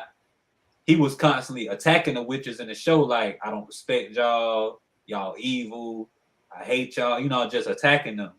So outside of that show, when it got canceled, that guy's body started shriveling up like a fucking pretzel, or like he was getting dehydrated. He got sick.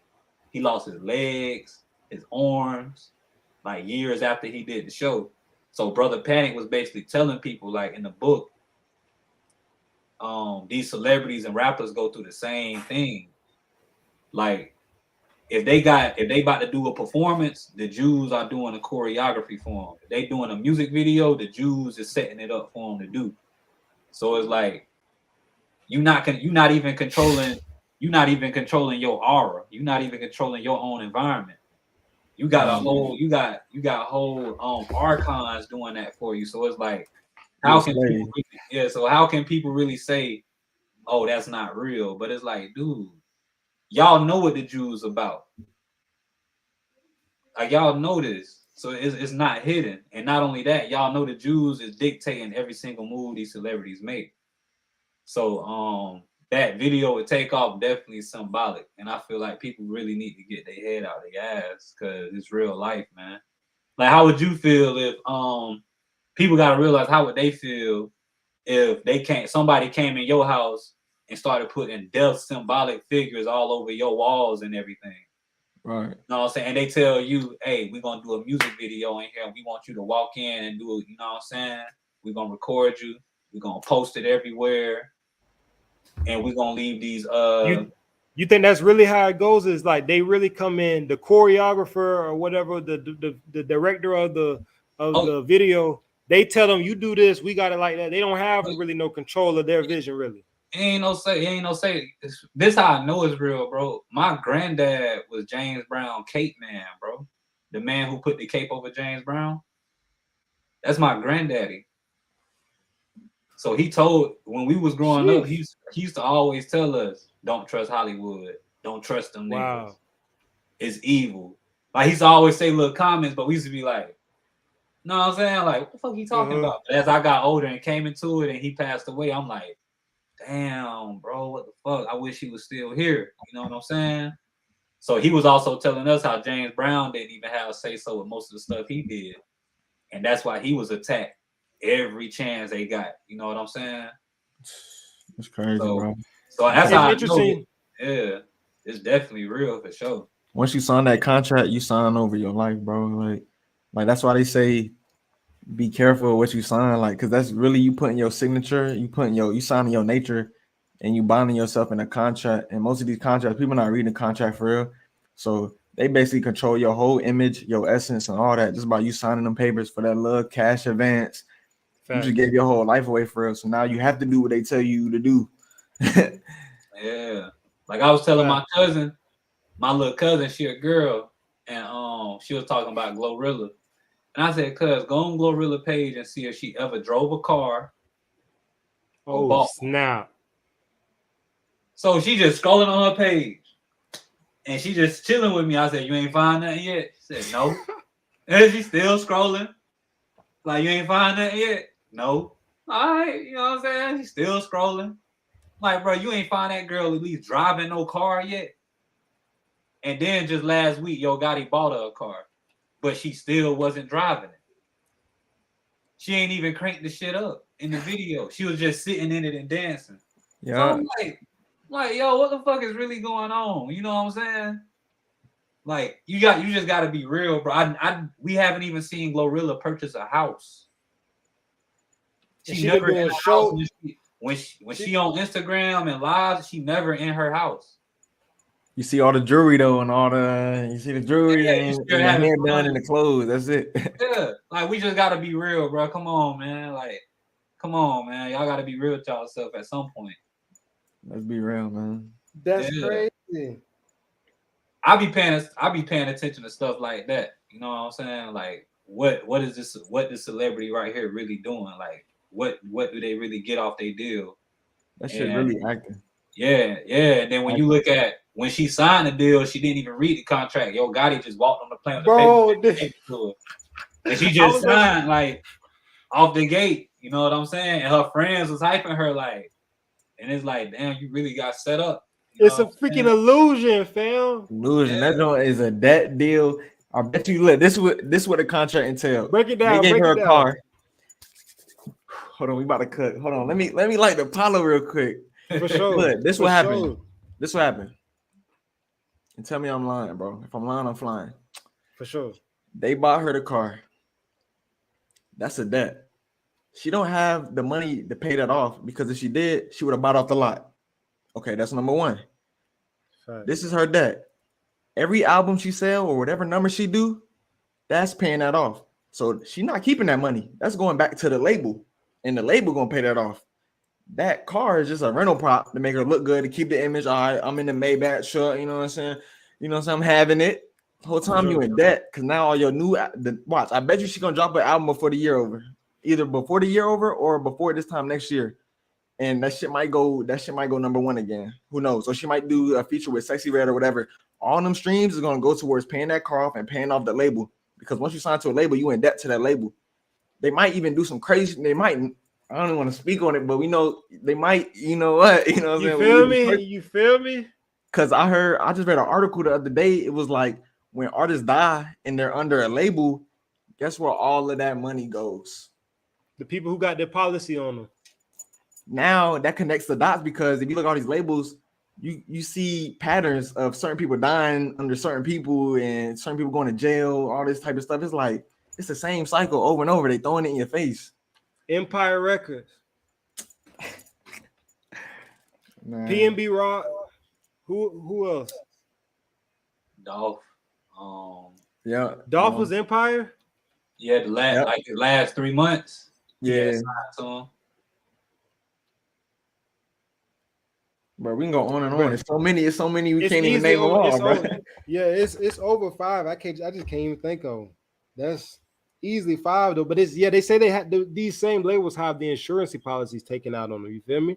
So they'll benefit when they, you know what I'm saying, when they die. You feel me? Then they can make the posthumous albums. You know what I'm saying? The streams are gonna go up when people die. Their streams go up. Exactly, Unfortunately, that's more bread. they followers go up too. How weird it is, you know what I'm saying? But the streams go up and they followers going up. Super weird, but that's what's going on after death, and the labels are the one who take advantage of it, you know, who benefit off of it. For sure. Yeah, bro, and it's sad, it's fucked up out here, bro. That's why Kanye he tell all the artists if the contract don't got one paper, don't sign it. Like all you need is one. If they can't put everything they want with you on one sheet of paper, you don't need to be signing no contract. Or And that's what Kanye told. That's what he telling everybody now. Like, if you are artists, everything should be on. Like, if you want me to come to your label, everything should be on one sheet of paper, bro. Like, why I gotta be 10 sheets of paper? You know what I'm saying? Like, that's just Whole bunch of legal jargon. yeah, whole bunch of maritime law and other law you don't know about. Yeah, like, bro, just put everything on one sheet of paper so I can read it, have an understanding. My lawyer can just come in with ease and everything will be a breeze off the gate. Fact, and it's crazy you say Kanye, but I was just doing some research today, and it said that was the reason that Dave Chappelle kind of ducked off, because he said that like the label, they had control over his whole vessel. You know what I'm saying? Like he couldn't really do nothing because they were going to benefit every penny off of it. That's why he ducked off for a time being, and then came. I ain't gonna lie, the video I was watching said that's a lookalike. That's the Dave Chappelle going around right now. They said that's not him. That's crazy. They said that's not him. I was watching Blue Streak the other day with him and Martin Lawrence, and it's like I don't know, man. It really don't look like him. I mean, even Kevin Gates said in his rap song, he said he get lookalikes to go perform his music at shows. That's wild. You know what I'm saying? And I'm pretty sure everybody got a lookalike in this world. You know what I'm That's saying? what the video was saying. That it's somebody, and they were saying that there was a lookalike that at a contest who won like for the closest lookalike to Dave Chappelle or something. You feel me? In Las Vegas. You feel me? And they were talking about how that's really going on. It was Rod Hayes actually. You feel me? He was saying that that's not Dave. That's not Dave. But Finesse 2 times he actually do that. He get his lookalike to go to his shows. He said that on his Instagram, which is crazy. But he got caught doing it. So yeah, he ain't finesse it right. But that alone shows you like it's real out here. Like they really doing that for real. No, for real. Most definitely. Okay, so I want to get into one more topic before we jump off of here. It's been a great build, y'all boys. I definitely appreciate it. I appreciate the opportunity, man. So the last topic I want to jump into, they make room, so we'll have a lot of stuff to get into next time. Let's see. Question for y'all. Who are the current leaders of black people? You feel me? I hate using the term, you know what I'm saying? But for the sake of everyone understanding, who would y'all say the current leaders of our community is? Is it Dr. Umar? Is it Ice Cube? Was it Nipsey Hussle? You feel me? Who is it today? Tyler Perry, you know what I'm saying? He got $1 billion studio. Michael Jordan, you know what I'm saying? He up a B. LeBron James. Y'all tell me something.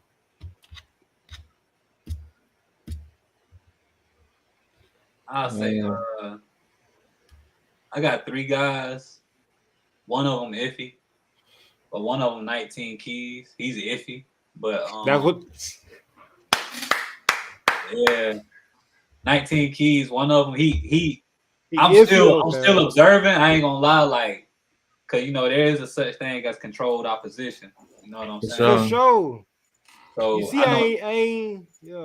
Yeah, I know 19 Keys. He definitely got an impact going on right now to where he actually going international with a lot of stuff too. Another one I say is Brother Panic, the guy who got B.O.B. out of Hollywood.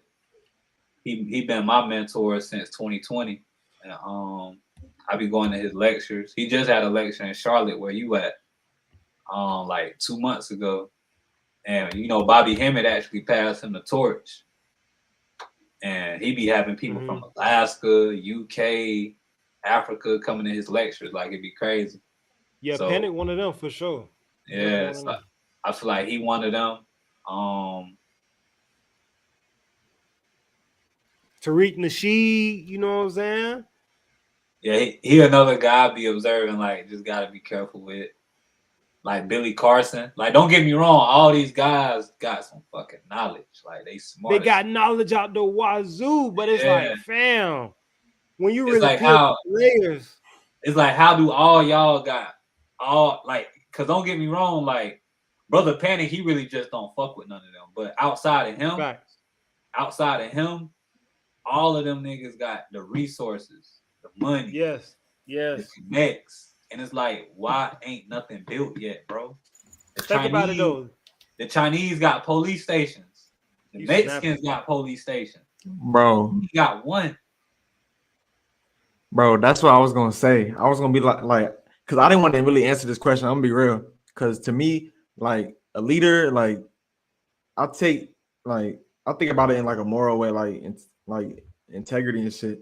And you hit it on the head. The reason I didn't want to say anybody really is because, like you said, all these people have all this power, prominence, wealth, whatever, and they haven't built nothing. We haven't seen, like, they just talking, but they're not building nothing. Like, okay, you built the social media network, cool. What are you building in real life? Like, how are you impacting lives and making an actual change or doing anything to cause like a real revolution or any type of revolt or change in the society, bro? You haven't done that. You're just talking on the internet. Yeah. You know what I'm saying? Like, it's just levels to it, bro. It's like we said, all them niggas is smart as shit. Like, I watch their interviews, you know what I'm saying? Don't get me wrong. Like, if people hit me up and be like, who should I watch? I would send them 19 Keys, like, yeah, watch him. You know what I'm saying? until you get because everybody can't tap into the continent we in. Like, because if I go to a nigga who listen to 19 Keys and I'm like, oh, here, controlled opposition, a high percentage of people gonna get mad at me. They're not gonna really open their minds and be like, well, how here controlled opposition? Fam, you know what when you put it on YouTube and shit, you already know the bots coming like, oh, you're just jealous. That's the first thing they say, you jealous. Yeah, but it's like, no, bro, it ain't that. Like, y'all niggas need to pay attention for real. Like, yeah, pay attention. Yeah, like the Chinese people really got police stations over here that they built this year. Whoa. They got one in Philly. They got one in New York. They got one in North Carolina. They got one in Cali. They got one in Texas. In Texas, when I was in Texas. Yeah, when I was in Houston, Mexicans got police stations in Texas. Man, what you mean? Wait, what do you mean Mexicans have police stations? Like there is a Chico ran police station? Yeah, just like the Asians. Yeah. And they got their own jurisdiction. Like no Europeans can come on and be like, yo, no, like ain't none of that. Yeah. The Asians got it going too. The Asians got multiple of them though. So what the hell we waiting on? That's what I'm saying. We waiting on the leaders to do something that we can follow behind. Wait. That's the problem, man.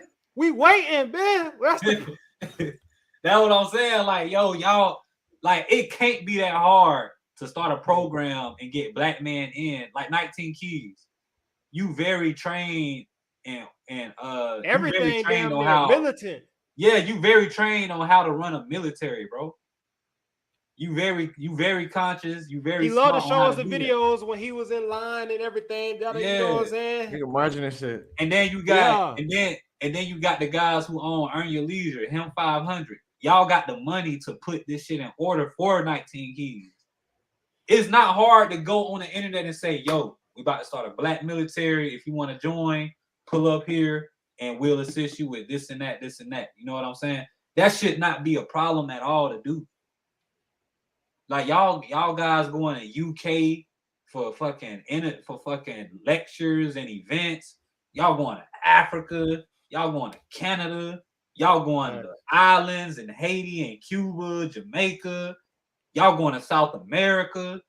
There should not be no excuses, bro. Because give us $20 million right now with also an abundance of resources and watch what we do. What? Fam. I'm talking about. I'm gonna have everybody their own bank. I'm talking about everybody gonna be abundant already. I already have the infrastructure in my head. That's what I'm saying, bro. Like, fam, when I say it don't even take nowhere near 20. You feel me? Like to even start it up. You feel me? Like, oh my god, bro. It don't take that because even when you look at the Biden administration that's actually funding the agents to start all of that, they're not giving them millions of dollars. They giving them like $300K, $400K. You know what I'm saying? Like they giving them money like that, but the agents just putting it into that place to where they can make this shit pop. And that's what's going on. So it's like 19 Keys and all y'all Earn Your Leisure niggas. all of y'all got with real estate, stocks, on crypto, on all of these assets. All of y'all got at least 200-300 million all together, bro. I don't give a fuck what y'all talking about. Like I've been in him 500. I've been in his software, this little class shit he got, and you can see like how much money the community bringing in itself. The community had 10 million last time I was in there. So if the community got 10 million, him 500, you probably worth 3 times more than that. And then wait, just his community, like his network of people? Yeah. Like you can see the number of the value of the community that's bringing in the money, like, or how much money just in the community itself that they all got together. And last time I was in it, which was last year at InvestFest, it was $10 million.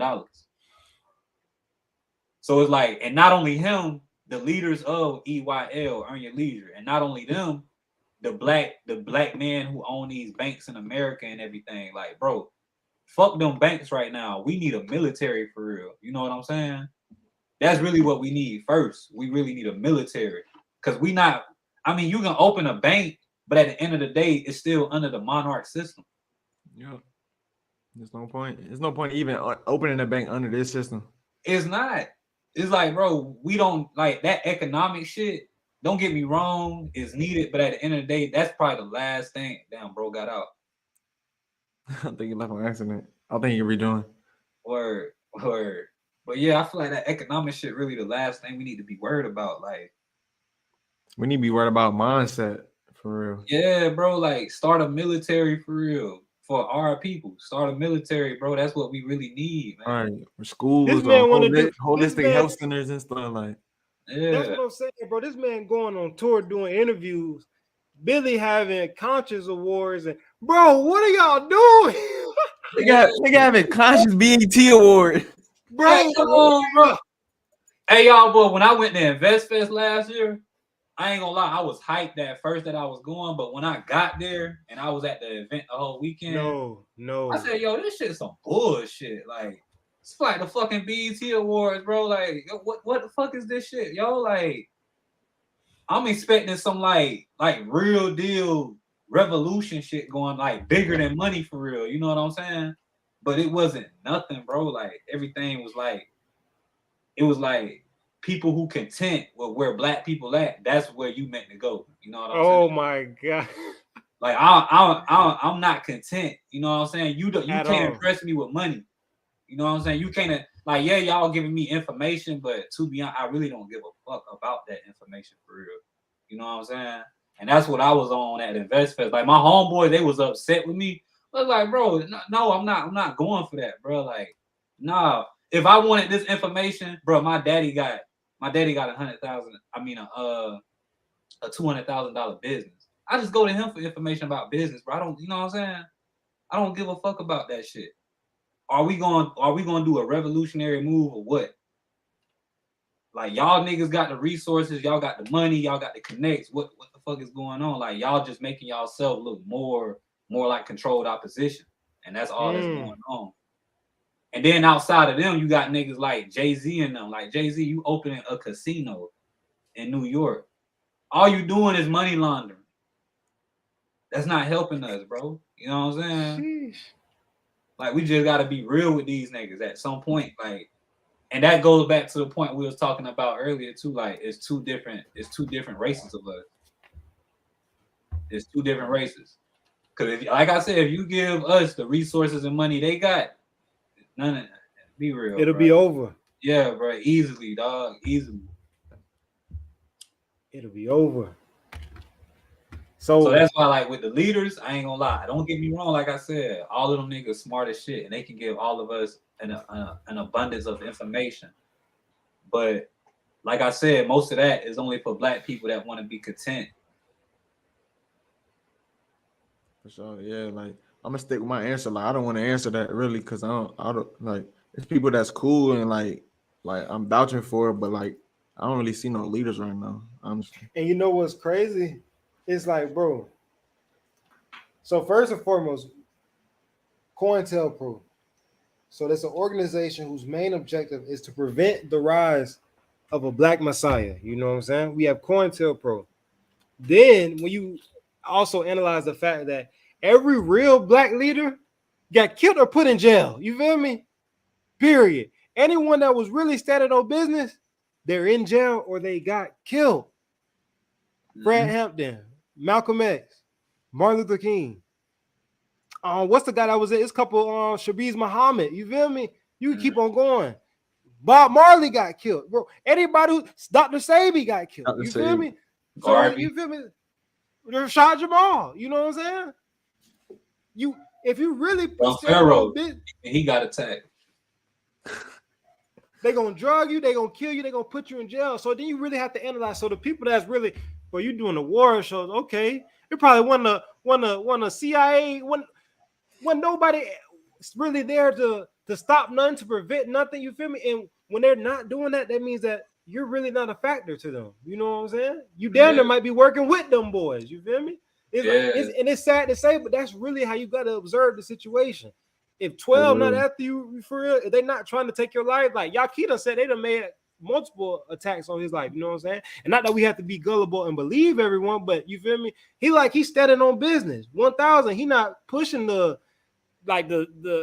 cap stuff. Like, bro, What do we have in the award? Bro, do you see what's going on? Like, We in a whole crisis, niggas giving away awards. But look, conscious awards. But look, to an extent, I respect it because okay, it's good to give people their flowers. Don't get me wrong, because people out here is making an impact. They're doing something different, giving their flowers.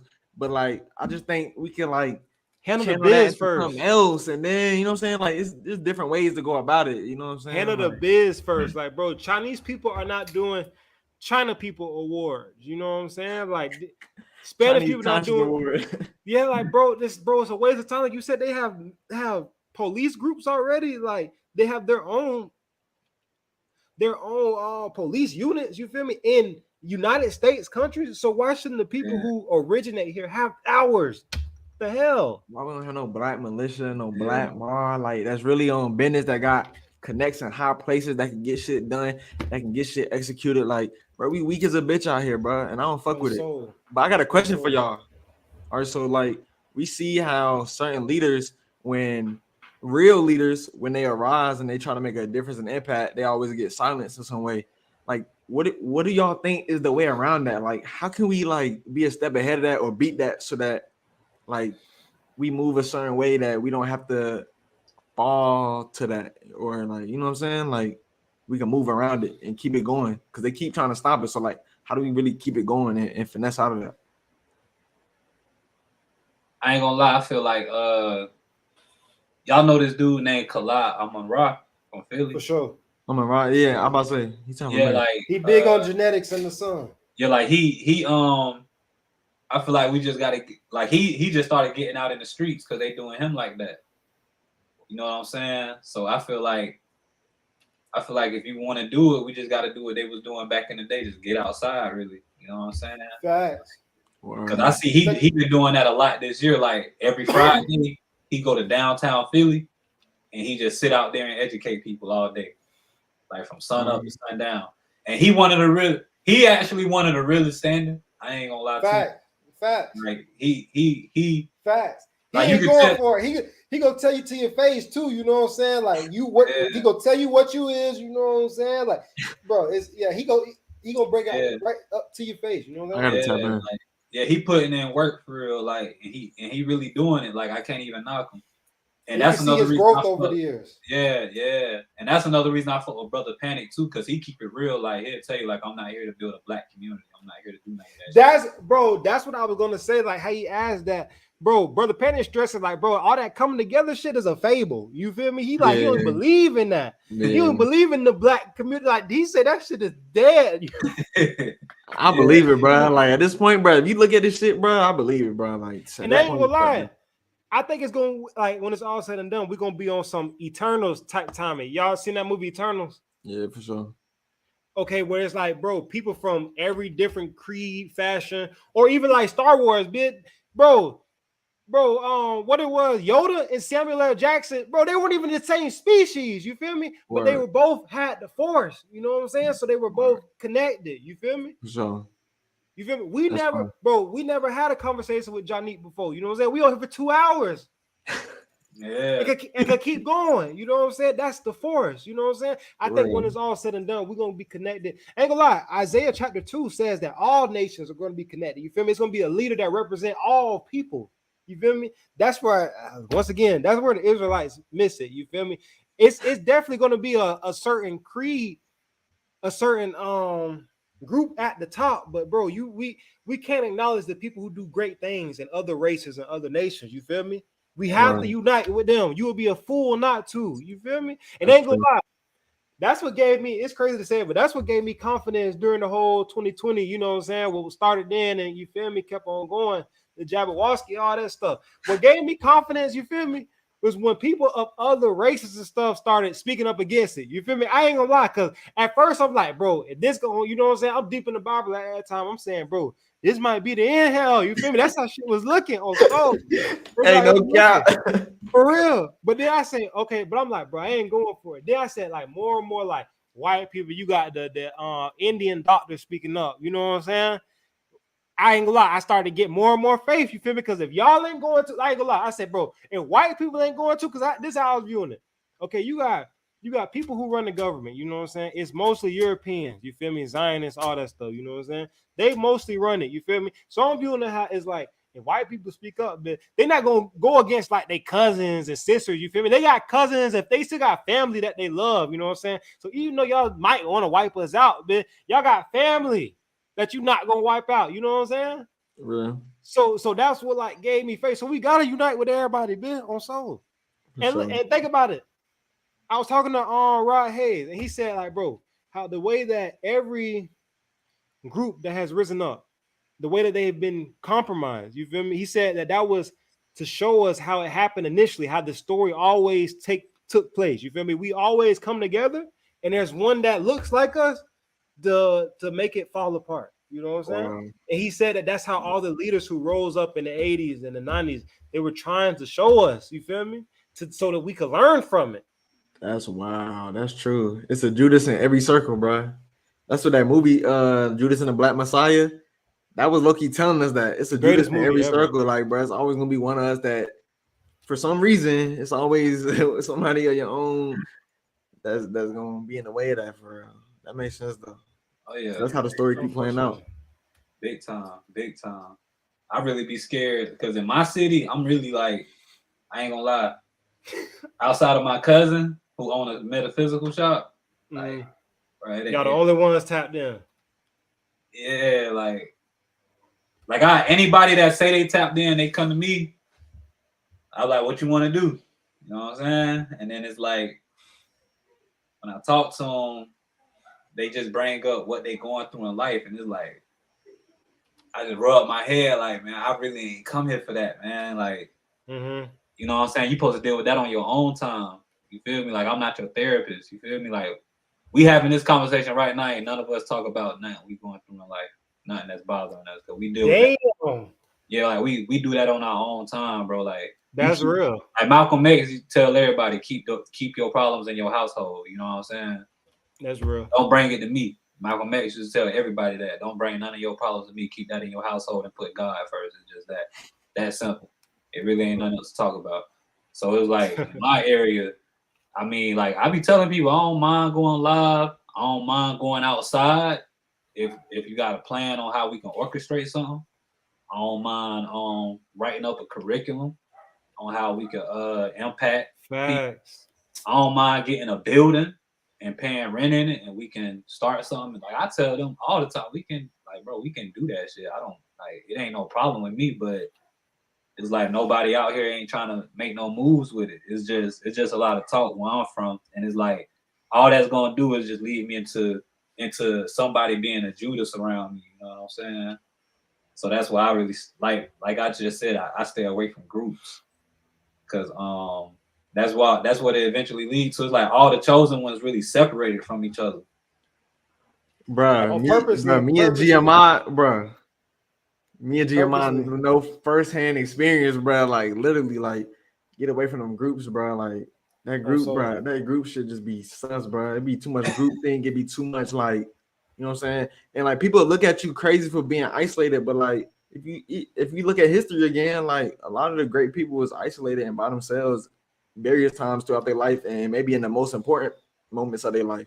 So it's like, what's wrong with like being isolated? Because that's when you really get shit done. Yeah.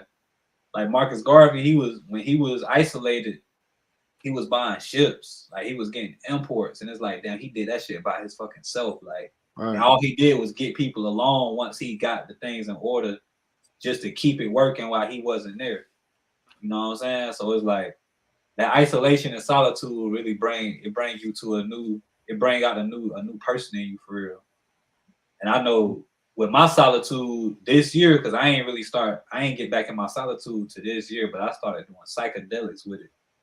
And I ain't gonna lie, that shit, it wakened up a lot of DNA in me that I ain't know I had, for real. That's like in the month of March, I was doing 4 grams 4 days a week. No. Yeah, the whole month, like, I swear, the whole month of March, 4 grams 4 days a week. Like, I'm eating them like candy, bro. I swear. I wasn't booking no jobs. I wasn't working. Like, I was just straight solitude and psychedelic therapy for myself. That was it. Facts, bro. You've been segueing so far. So we can get into, okay, we'll make this the last topic. Mushrooms, psychedelics, and the mycelium network. That's probably a word that a lot of people haven't heard. The mycelium network. So give us your perspective on what shrooms have done for you and your understanding of the mycelium network. I ain't gonna lie, I got a girl I was dating last year, and we went through like a tough breakup. You know what I'm saying? Like it was very tough, and we actually did a psychedelic trip together, and it was very worthy. This is just an example from the mushrooms and what they taught me though, but I got on mushrooms heavy this year because I started studying more on how the ancestors was using them. I started studying more on the mycelium network. I started studying on how psilocybin actually help us connect to our higher self. I started just doing heavy ass deep research on mushrooms this year. So when I started doing them more, it actually helped me look at the relationship I was in. I couldn't I realized I was fucked up for putting just the blame on her for us breaking up type shit. Like it made me reflect on myself, like, nah, she wasn't just a problem. Like I wasn't there for her emotionally, or I didn't put her in a safe environment because I wasn't really financially there yet. So she wasn't really safe for real. She wasn't able to flourish in her divinity. So I had to really, while I was on mushrooms this year, I had to really reflect on myself and was like, I can't really just put blame on Shorty on how on the reasons we had separated or departure. So it also helped me with the relationship with my pops, like with him being a Christian, and I'm into more so of like free will, reasoning, and understanding with life. And it kind of helped me open the door up to where I can be more social with him, and it can be more laughs. It can be more conversations about how we can improve the family, what more we can do for our family to bring us together, like instead of just arguing about a fucking religion. So the mushrooms helped me with that. The mushrooms also helped me to be more social with my moms about her health instead of just starting an argument about something. You know what I'm saying? It basically helped me be more of a social person for real. It helped me understand being a father more. And it's like as soon as I did the psychedelics more this year, all of a sudden my son back with me. You know what I'm saying? That's fine. It was like I just had a big awakening with them shits, bro. Like, and then understanding the mycelium network, like how the mushrooms itself, it opened up different worlds. Like I ain't gonna lie, I had a challenging trip this year. I was driving down the road and my ego just died. Like this was the first trip where I had an ego death. My whole ego just died, and I'm driving down the road, bro. And I'm with my god sister, and I just kept repeating, "I ain't shit, I ain't shit, I ain't shit." And I'm just driving down the road, and then I was going to this grocery store, and I was just driving around the parking lot like I wasn't even parking. And the whole time I'm doing this, I'm seeing visions of myself in South America and like colonizers there and just killing people type shit. And it was a crazy ass vision, bro. And then I parked the car. I went in the grocery store. I went in the bathroom, and I look at the wall, and I see like a South American god, like a deity on the wall, like the wall transmuted into this figure of him. And I just started hearing voices like basically telling me like my bloodline come from South America, from the Mayans, the Aztecs, basically. And so I go to the checkout with the fruits, and I'm checking out, and I'm just like my mind just hyped, and it's just hyped, like I'm just active, like yo, what the fuck did I just see? And the dude at the checkout, he like, damn, bro, you jittery as hell. And I'm like, hey, bro, mind your business. I just told him that, like, mind your business, bro. And I checked out. I left the store. I got in the car, and I had to breathe. Like I took deep breaths. Like the whole vision was crazy because I also remember Brother Panic telling me like the mushrooms, you open to channel any kind of spirits that come around you. And when I seen that vision, bro, it kind of fucked me up. Like just knowing like that shit more than likely happened in real life. Like colonizers going through South America and just terrorizing the nation, the civilization itself. So I ain't gonna lie, bro. Them mushrooms, they different. Like I advise anybody that's looking for some healing in any kind of way, don't just pop a big dosage though. You know what I'm saying? Like take your time with. Like I got a cousin today. I told her just do 2 grams for your first time. Then she was like, she did the 2 grams. She hit me up later on. She was like, I want more. And I was like, fuck it, go for it then. You know what I'm saying? If you feel like you can do more. And she just texted me and she said, I'm feeling so much. She said, I'm feeling so much better. And she blowing me up right now. I guess she's having a good trip. Shit. But she telling me she feeling so much better because she just had a newborn. She was like, she ain't really stressing. She ain't depressed about, you know what I'm saying, the crying, the waking up, you know what I'm saying, the postpartum. Like she telling me the mushrooms just off this one trip today helping her. And she said she wants some more tomorrow. You know what I'm saying? So the mushrooms really medicine, bro, if people really look at it and take it serious in that aspect. I was going to ask you a question. So we see a lot of spirituality in ancient civilizations, a lot of their ancient texts, and from my knowledge, a lot of times they were altering their mind. You feel me? Altering the current state of their mind. What was the usage, and how did like the prophets and such like that? What was the usage of mushrooms like in ancient times? Well, you know, if you look at Moses, you know, the burning bush is basically the acacia tree. And the acacia tree is actually filled with DMT. So it's like, where did Moses get the 10 Commandments from? You know what I'm saying? What realm did he tap into? You know what I'm saying? So, and then when you look at the South Americans, they was doing rituals and ceremonies on mushrooms. And then when you look at King Tut, they said that nigga was doing 10 to 20 grams a day. Like, you know what I'm saying? Like, so shrooms? Yeah. Like if you read on King Tut, he was doing 10 to 20 grams a day. Mushrooms, bro. So and then they said the original halo from the Christ picture is basically the cap of a mushroom. Oh wow.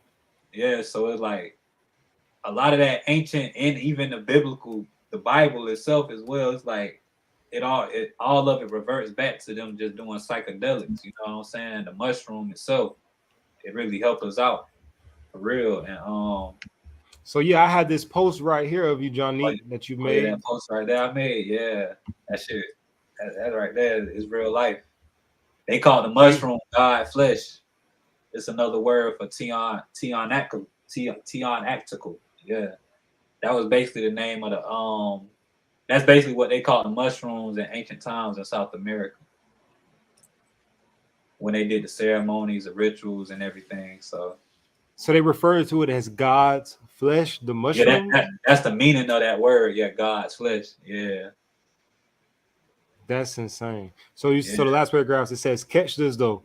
Once colonizers came over and forced these tribes to submit to Christianity / Catholicism, they deemed these communions on shrooms as demonic, stating they were communicating with devils, and forced them to start doing communion under Moloch, which is who the elites currently worship.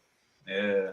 Which is now known as a communion to Jesus. I wish I had a bomb effect. That's crazy. Yeah.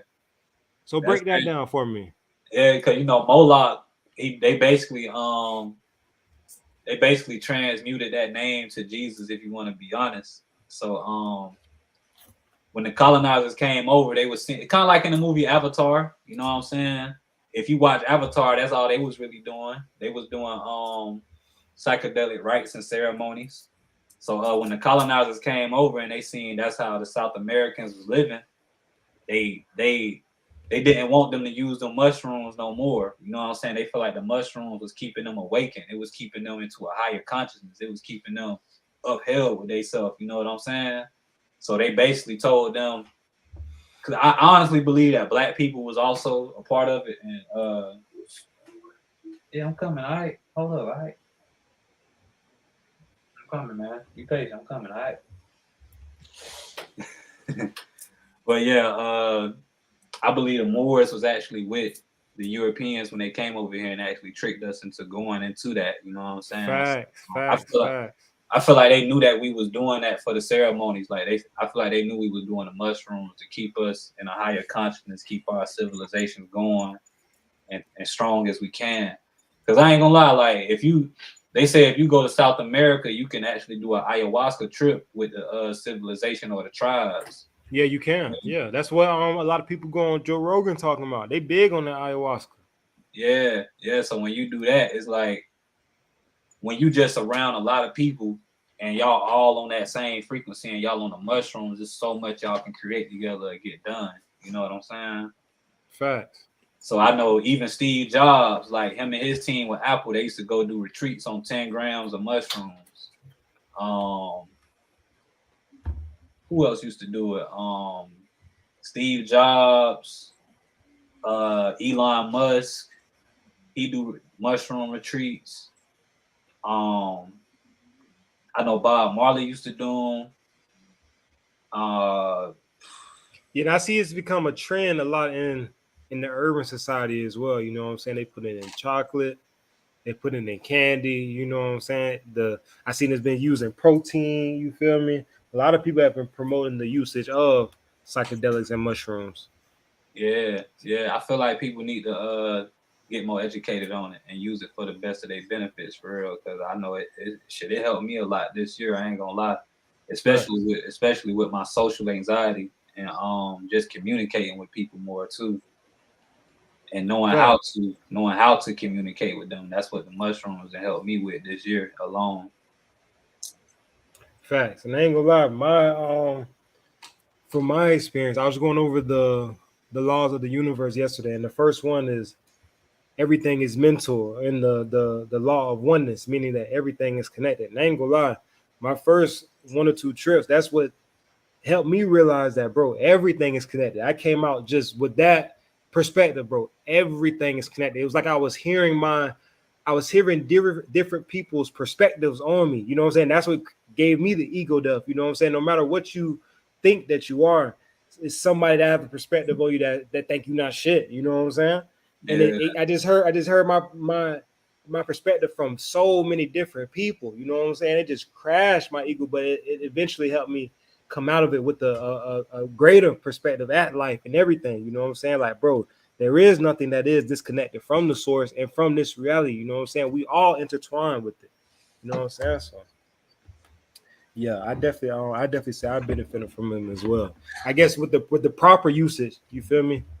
oh yeah, Definitely with the proper usage. oh yeah, definitely proper because you don't want to just throw nobody 4 grams, 5 grams. You know what I'm saying? Because I ain't gonna lie, when I was in Atlanta last year, I wasn't educated on shrooms, and when I just popped 4 grams, and that was probably one of the most challenging trips I ever had. And when the trip kind of died down, I went outside. I was standing downtown, and I'm seeing exotic cars driving by, homeless people on the street sleep. And I'm looking at skyscrapers, you know what I'm saying, buildings open where people can sleep in more than likely. Then I'm looking at, you know what I'm saying, people dressed up nice and rich, just walking by homeless people, stepping over them and shit. I'm like, yo, this shit kind of hitting different while I'm on the shrooms. Like, Facts. yeah, like I'm seeing a whole different world. I'm seeing a whole different conscious of people out here. Like, it's crazy, bro. Like, and I actually sat outside and talked to the homeless people all night for like 4 hours to like 4 in the morning, bro. And it was like just high level conversations with them. One on was actually a millionaire, and he gave up on his life, said he didn't want to live it no more. He felt like everything was coming downhill. Real deal. Yeah.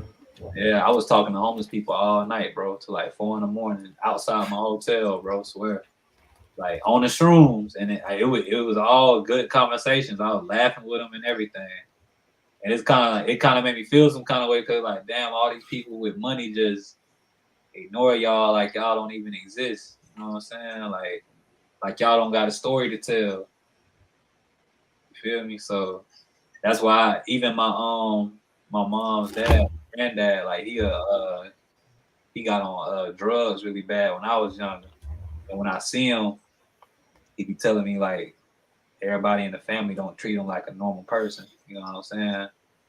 So that's what that trip in Atlanta kind of showed me. Like when I came back home, you know, people who actually lost everything, like those are the best conversations to have. Those are people that have the best conversations with. Facts. Ain't gonna lie, Johnique, we'll be in the A in a couple weeks. You feel me? If available, we'll try to definitely try to touch base. You know what I'm saying? Might have to do one of these in person for sure. Oh yeah, I'm all down with it, bro. As long as just keep me updated, because you know I got that cleaning business. For sure. And yeah, I'll give y'all can both plug where everybody can, you know what I'm saying, contact you at, businesses, all of that. Y'all can get in. Word. I appreciate that, bro. You know what I'm saying? You can go ahead and shout your business out. I thought you said you're gonna put up, but yeah, shoot, my Facebook name, I mean you showed it in the video, Johnique DaGod. My business page on there too, Advanced Cleaning Tech. I'm mobile all over the state of South Carolina, if you want to be honest. I do carpet cleaning, car detailing, air duct cleaning. I clean houses if you want me to. I'll clean your whole house for real. I'll bring my I'll clean you, man. Yeah.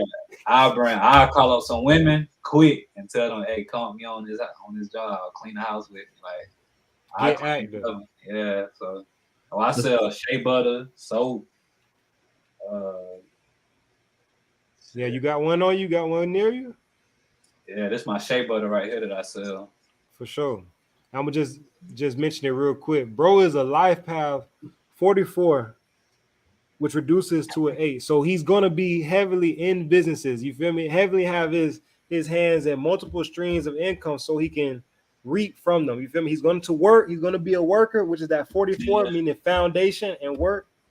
So that's amplified, and he's gonna be touching some money for sure. Yeah, y'all check these out.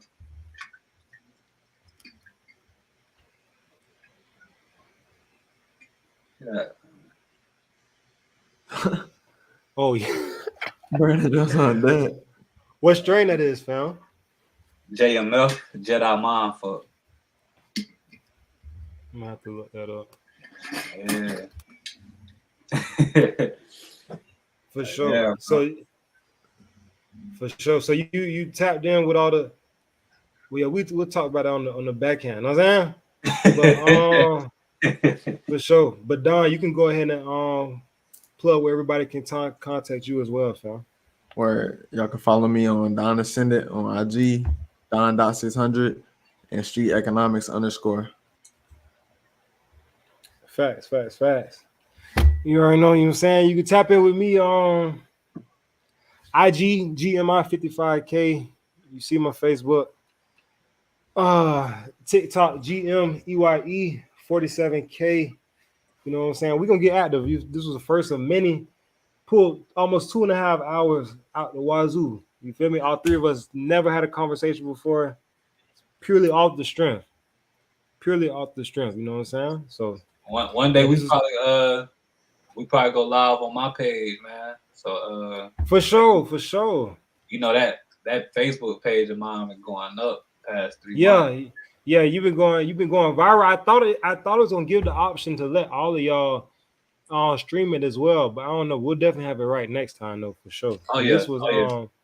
This was great. We dropped a lot of information, you know what I'm saying? Oh yeah. We can definitely do that for sure. I definitely want to let my people know who y'all is, you know what I'm saying? For sure. Yeah, this the first of many. I guess we'll close it off right there. I appreciate all y'all boys. I appreciate everybody who done tapped in, you know what I'm saying, dropping comments, all of that. We'll catch y'all next time, you know what I'm saying? Peace, fam.